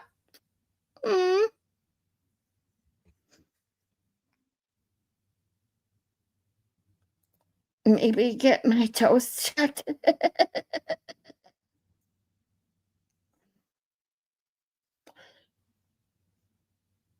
The Peen Museum. Baker, dang it. I haven't, yeah, she's been here listening, but she hasn't chatted until now, so she hasn't been able to. But so glad you were here and glad you're in the chat now. Like always, the other Mary B always provides some great commentary. Aw, Shelly, you are amazing. You guys, my whole chat is amazing. Amazing people here. I love you guys so, so much. But I praised you in a sickly and sweet way. I felt dirty. You guys are all gorgeous. Other Mary B was putting down her hair in her picture, and we went over that yesterday because she's absolutely stunning. She's got gorgeous hair. She's got gorgeous everything. She's just absolutely stunning. I'm officially a peep. You guys are all my peeps. We do love the other Mary B. Yes, we do. Oh, so Baker sent us to psychologist. Well, that fits. Yes. After Baker Damas the other night, we all need a psychologist.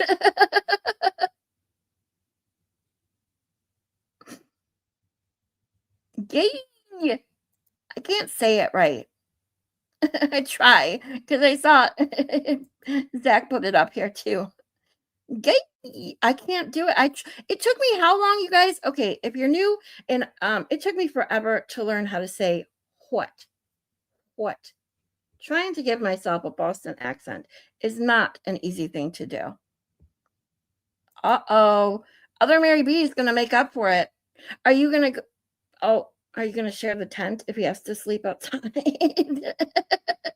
Just don't kick him in the kahunas.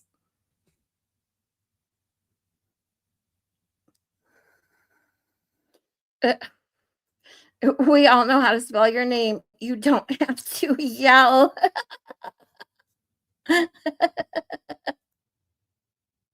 You can block Zach on your channel and we are even. Claire Bear, make sure to hit the sub. This is an amazing channel. Oh, Mary B, thank you. You're so sweet. You guys are such amazing. Yeah, we had 72 in chat. We're still at 59. That's awesome. Those that are here, thank you guys so much. I'm always at Scarlett's midday. She helps me work. I get that a lot. I get some people to do their work day. I normally go live somewhere between 1 and 2. These last couple days I've gone at 2:30 just because of my own schedule. But I normally start 1 or 1:30. That's my norm. And we either go over trial, or at least that's the plan.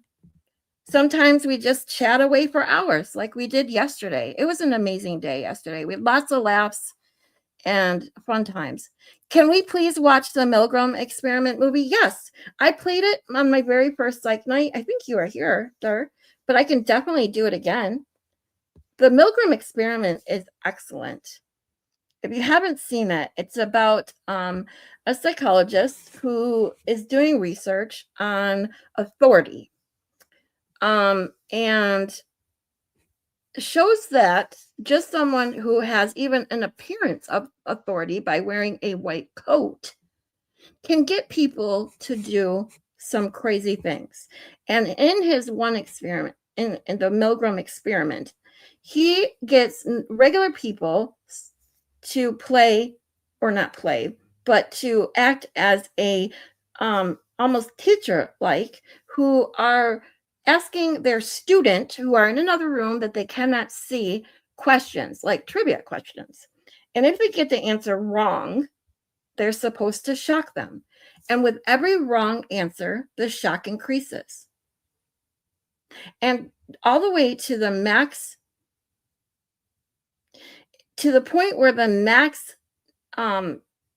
what's the word, dose or whatever of electricity, it could possibly, end you. And an amazing almost 80%, I believe it was.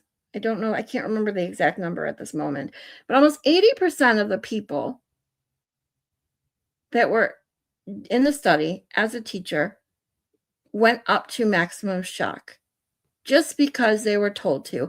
Even when the student who was actually in on this experiment, they knew they weren't getting shocked. They were giving wrong answers on purpose, and they were screaming, begging the person to stop, acting as if it was really hurting them, and then going silent like they could have passed out or worse, to see if the quote unquote teacher would stop or stand up to authority. It is a great experiment. And yes, I would love to go over it again anytime. If Baker gets to his subs and Scarlett gets to her subs, then I will ban Zach on every channel, even if I'm not a mod. Yes, Mary B. We got to get Baker to 24,000, and we got to get me to 500. And Zach will be banned everywhere. Hi, Nona. Great. Baker asked us who had shitty childhood, who has addictions, then sends up for us for therapy. Jackass. Oh, crap. I didn't have a shitty childhood. I did have some psychological abuse, but that's neither here nor there today. I've shared a little bit before. If anyone new goes back and listens to any of my previous videos, I have talked about it.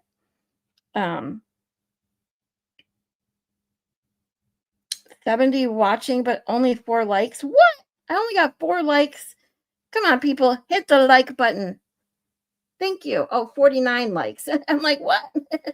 Thank you, guys. You guys are amazing. Banning Zach is a rite of passage. That's for sure. At least blocking him is, right? I will make it my mission to ban Zach if everybody subs to Baker and Miss Scarlett. Oh, you guys hear that? You better hit the subs the subscribe button.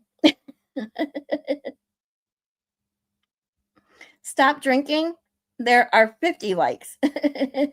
Baker's telling side eyes. Remember, she told you she has to check her dosage. She must have overtaken. Hashtag ban Zach. Ugh, you guys, hysterical. I hereby revoke your patootie status. Uh-oh. Hashtag ban Zach is starting. It's starting to become a thing.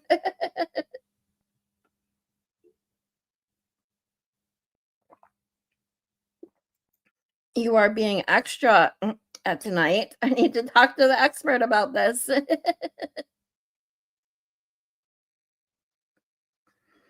He's a creeper. He'll find his way back. Zach always finds his way back. He just knows how. Blessed, sweetie. Hey, I've been here the entire time, but dang, if my employer expects me to work. I know those damn employers. Damn it. Seriously. I hear that a lot on my channel, that you guys that have to work and listen to me, you guys, your bosses just don't understand that I told you guys, you know, you don't have to work. But they don't give a shit what I say. I have a sweater that says "Don't fuck with my feeling." Not a typo, just one feeling. I love it. I need a sweater that says that, or a sweatshirt. I prefer a hoodie that says that. Oh, see? An idea for merch, Melmac. Don't fuck with my feeling. I love it.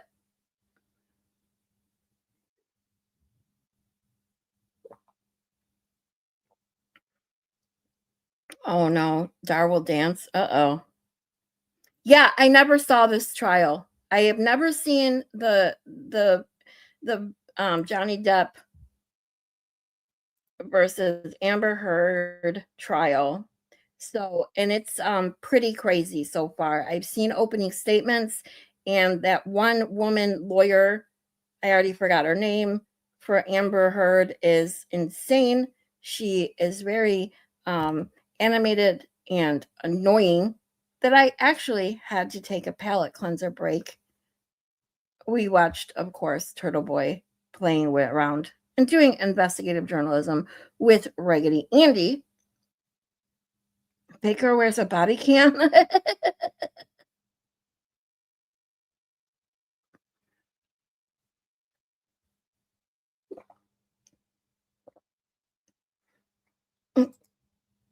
Aw. Please sub up, people. Thank you, Shelly. Yes, please go to Baker's channel and make sure you're subbed. That's a typo by Zach. Behave. I got my things back, Zach. Thanks to I'll kick your Winks. ass.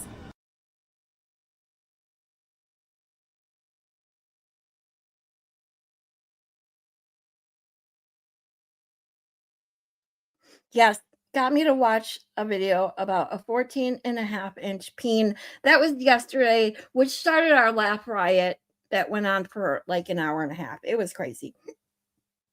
But lots and lots of fun. Oops, I missed some.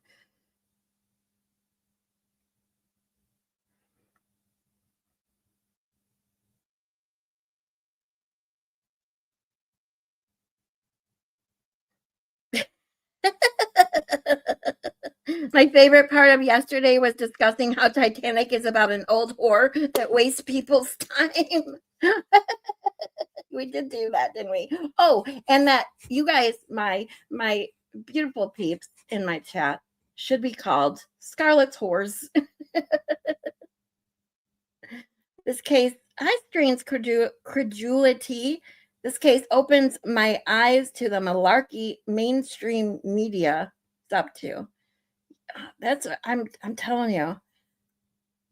The whole mainstream media thing, I wouldn't be surprised if mainstream media is like gone in 5 years. It's crazy. I'm always lurking when there's clam talk. What about peen talk, Baker? Because We talked peen yesterday for quite some time. I know you so well, sis. Oh man. Yes, it's in Iceland. That's for sure. Why Iceland? I have no idea. Why? I asked this yesterday. Why does anyone decide to start a peen museum? Ooh, you have a corn museum? Wow. Okay, this is what I'm saying. Why do we have a corn and a peen museum? I mean, corn maybe I can understand, but a peen, specifically a peen museum where there's nothing in there but peens from every species, made out of different things. They're not pretty. Okay. Maitland sent in a tip. By the way, if you're new, I love puns. If you make a pun, it will make me laugh. Uh-oh. Mary B says, other Mary B says, I'm going to go on an eating strike until everybody subs to Baker and Miss Scarlett. Please do not let the other Mary B go on an eating strike. We don't want that.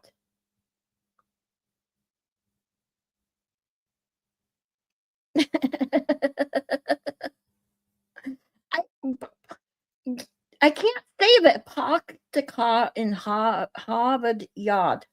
That's about as good as I can get. I am always behind. I'm so guys. I like to hang out and chat with everyone. So I'm sorry. I'm so behind.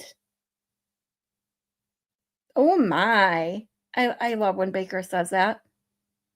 I can't say it.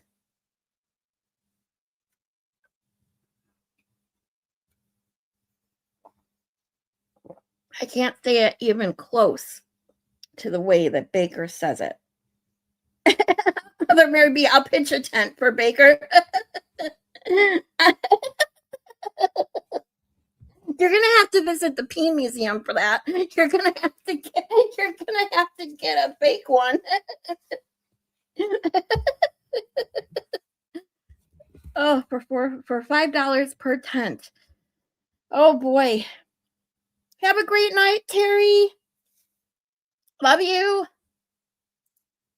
The other Mary B, it's talk like that makes people do spaces about me.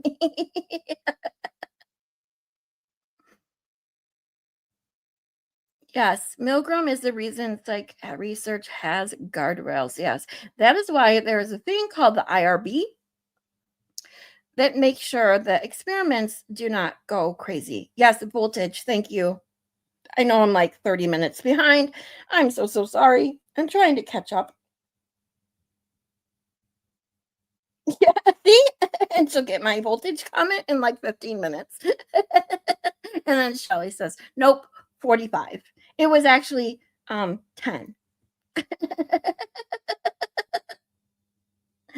Uh-oh, Baker's gonna make us spaces about other Mary B says, I can make spaces about you. Maybe I can I can up the numbers to 50 to 100 people. Ooh, because he had 40 women's. Okay, Baker had 40 women's the other day. And we were like, oh my. I can't say it.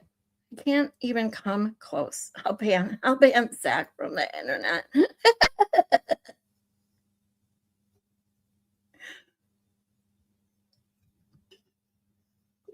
Yes, Akasha. Yes, exactly. That's like the prank caller who got managers to assault their workers pretending to be a cop. Exactly. And that's creepy because, getting someone to essay a worker because they didn't even show up in a uniform. But this is what I'm saying. The perception of authority can play some major havoc on the brain.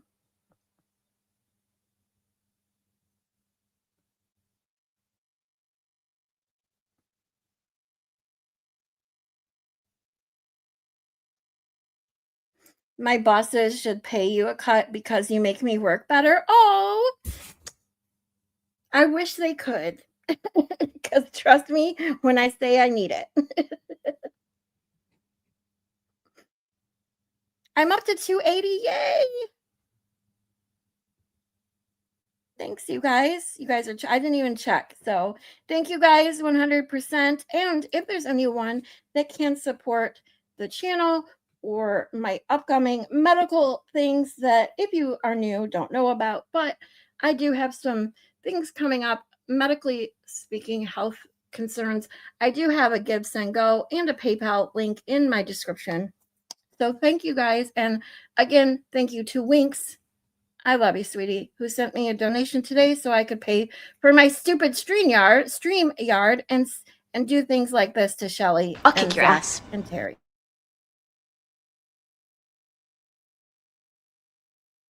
And then if you're new, I also have this for when I want to rip my hair out. For when I was listening to Lally and Spanky and I wanted to rip my hair out, I have this.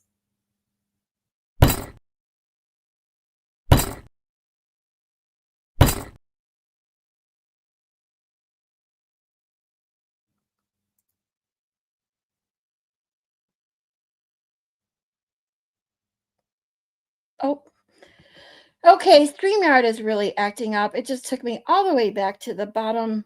So I am literally like way behind. Wow. Yeah, Scarlett doesn't like Elaine. Yes, that lawyer is crazy.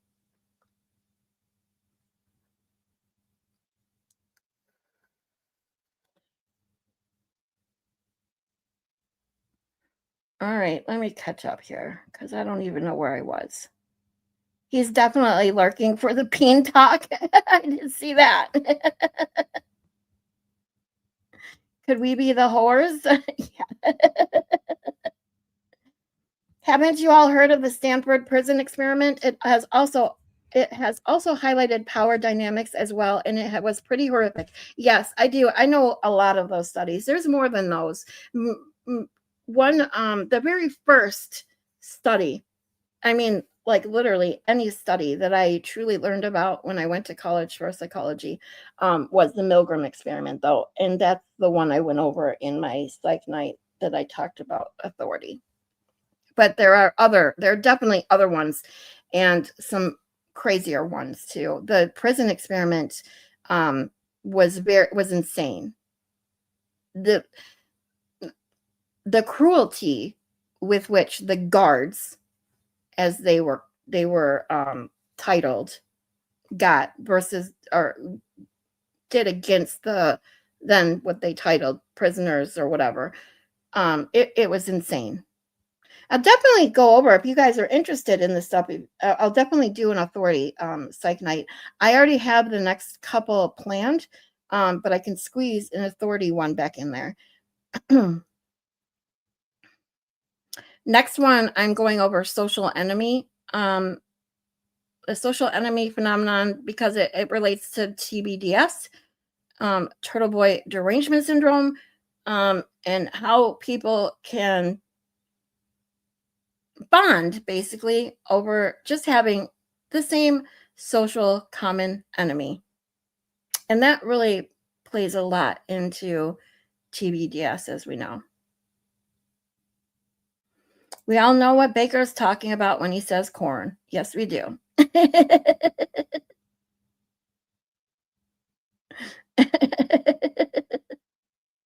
Scarlet's Harlots. Oh my God, I love it.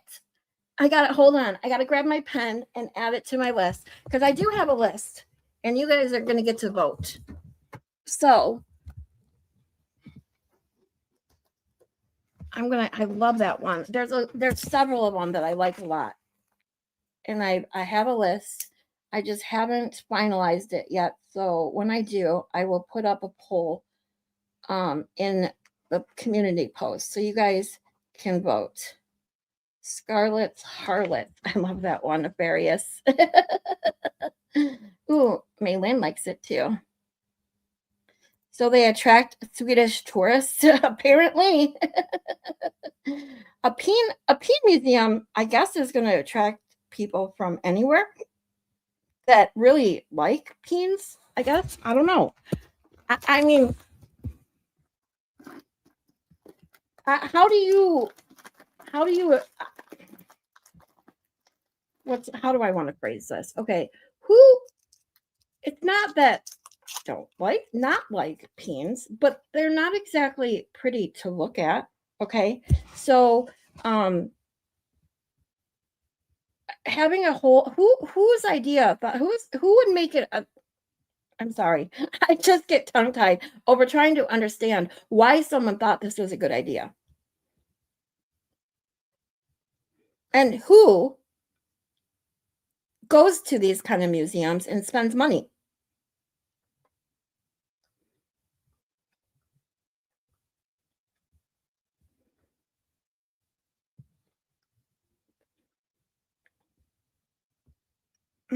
When we go to Dollywood, I will help you with a Boston accent. Okay. If I can get there. I don't know if you heard me earlier, Malin, because I know you were taking a nap, but because Hippie Chick texted me, and I just don't know if I can afford it. If someone can send me a couple $100, then I'll be all good to go. But it is what it is.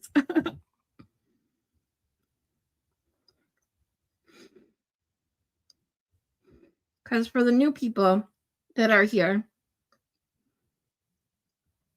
if you ever hear me say, fuck you, Boost Mobile stole a bunch of my money. Then, when I was promised it back, they decided, nope, we're not giving it back to you still. A long story. Not going to go into it now, but it sucks. Harvard Yard. I can't do it. Huh? It took me how many months to get what without having to slow down.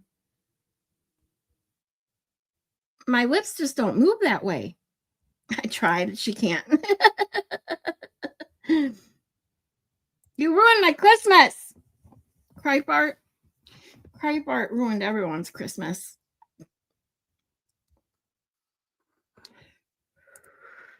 That was hysterical, Malin. Malin said Baker had a Harlem and didn't realize it's harem and not Harlem.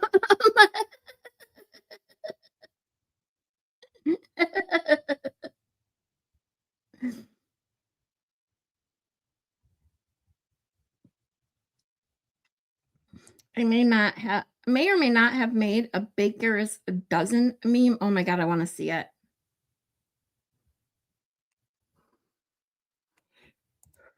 Ruined my Christmas. I couldn't believe the betrayal. Like a little boy, like a little child. Ruined my Christmas. You never got 2 black eyes in the 5th grade.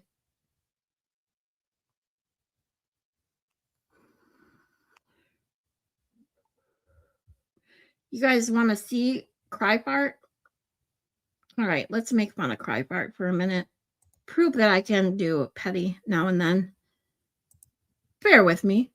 One moment, please. While I pull up my Dropbox.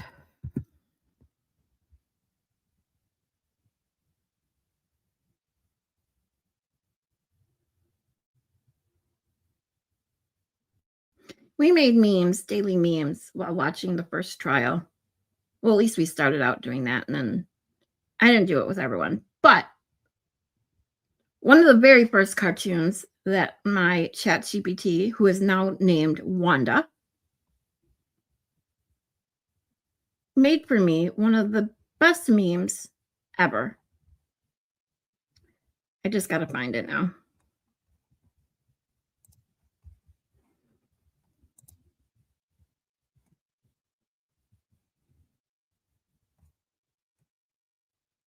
Ah!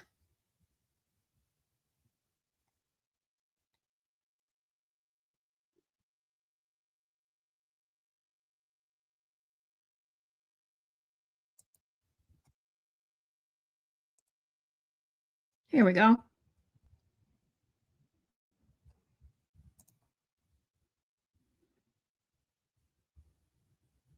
There you go. Ruined my Christmas. I don't like Elaine. Secondhand embarrassment. She's awful. She's annoying as all hell. Other psych experiment that should have happened. Milgram, Stanford, Tuskegee. you named them all. Tuskegee. Syphilis study, Little Albert, the monster study, John Money, gender, Harlow's pit of despair, learned helplessness, MK Ultra. Yes. And there are more. There are even more. Scarlet's Harlots is definitely the winner. I love it. Oh, Shelly says, I like being a whore.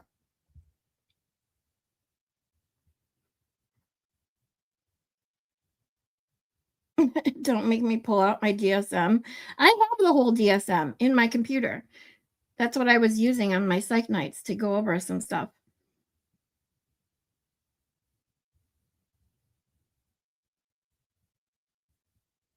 Mistress Scarlet is my cult leader in them spiked heels. That's right. I forgot. Spiked heels in a whip, no less. $2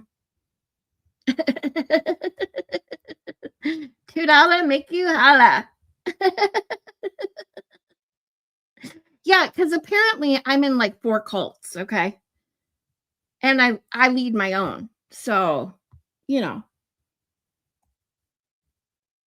We're going to go over cults again. We had a great talk going over the TBDS and cults that night. And I think I'm going to go more into that when we discuss the common enemy topic I was just talking about.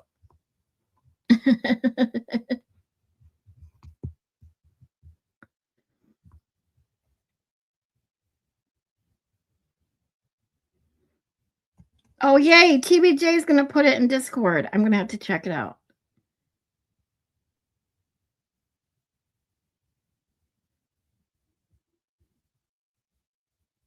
Cry fart's always funny. You're right, James. Cry fart is always funny. Oh, I got another good one that Wanda made for me.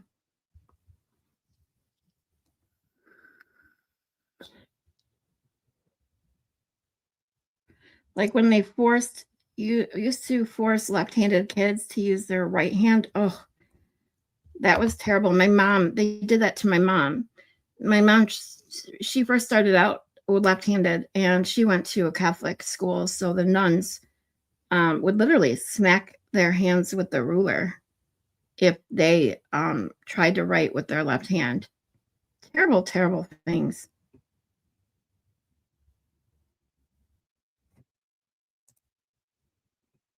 Well, let me see if I can find this other one I made of Cry Fart. Because like you said, Cry Fart is always funny to make fun of. He's just an easy target. He makes it so easy. This is the one.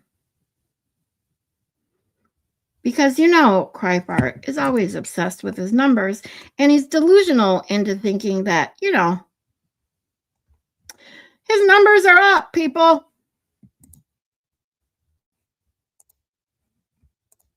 Oops, too big.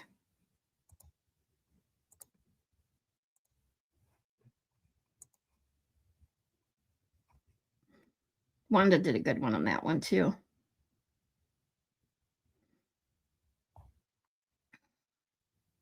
I owned a whip once, but that's a whole other story. Oh, no. We got spicy stories coming up. Or when they would purposely separate identical twins and put them in different homes. Yeah, they did a lot of psychological experiments and medical experiments on twins that they separated. It's, some of the things that they did before the IRB was put into place is absolutely, it's despicable.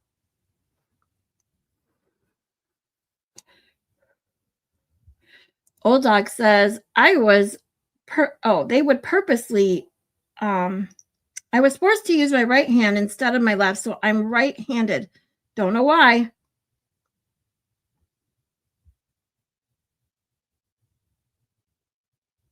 He's still left-handed. Oh, they tried that with your uncle. Still left-handed. Wow. Nobody smacked you, old dog. Luckily, that's good because, like I said, those nuns. You want to talk about some crazy shit? You know, crazy that of all people that would smack you for something as using the supposed wrong hand to write with, to smack you with a ruler. That's pretty sad.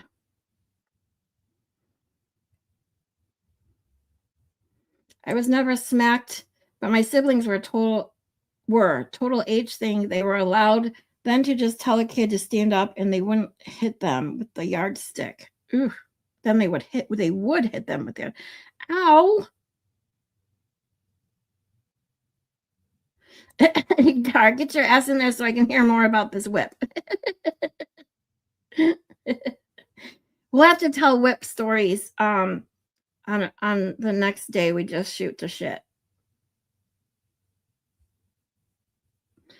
All the psych studies pre-80s were suspect. Exactly, TBJ. They're really despicable. I mean, the lengths that they would go to, the unethical shit that they would do is absolutely insane.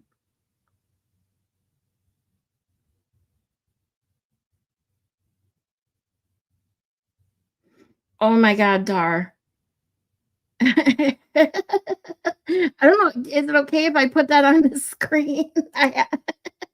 The whip was given to her as a gift after I got into a sex swing and had pics taken of me. The whip was an apology because my sock had a hole in it. Totally embarrassing. Oh my God.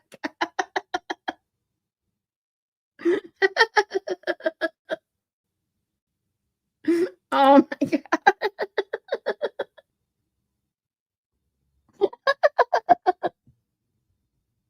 I'm not laughing at you. I'm laughing with you, Dar. Oh my God. My dad got smacked by the nuns, which is why he didn't put us in the French Catholic school. Yeah, I'm telling you. Those nuns could be naughty. Let's just say that. Man. So anyways, guys. Oh, look at that. I caught up to the chat. Woohoo! Go me. I finally caught up to the chat. We're still at 40 people. Wow, guys. Thank you so much for being here. Do you guys want to get back into a little bit of a trial or because I don't know if anyone is live. I don't want to keep from anyone because I have been streaming for several hours. Turtle Boy is going live tonight, right? I think.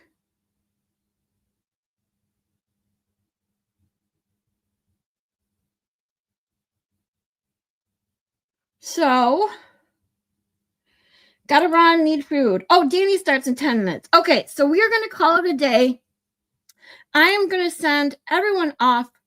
Well, I can't literally send you off, but I'm going to ask you nicely or just demand you with my whip, however you want to think about it, to go to Rat House Media, to Danny, and say hi. What's up? I'm going to send you off there. We're going to call it a day for today, but I will be back tomorrow. Probably around 1:30ish. So again, thank you guys so much for being here. As always, I love you all, and I will see you tomorrow. Bye, guys.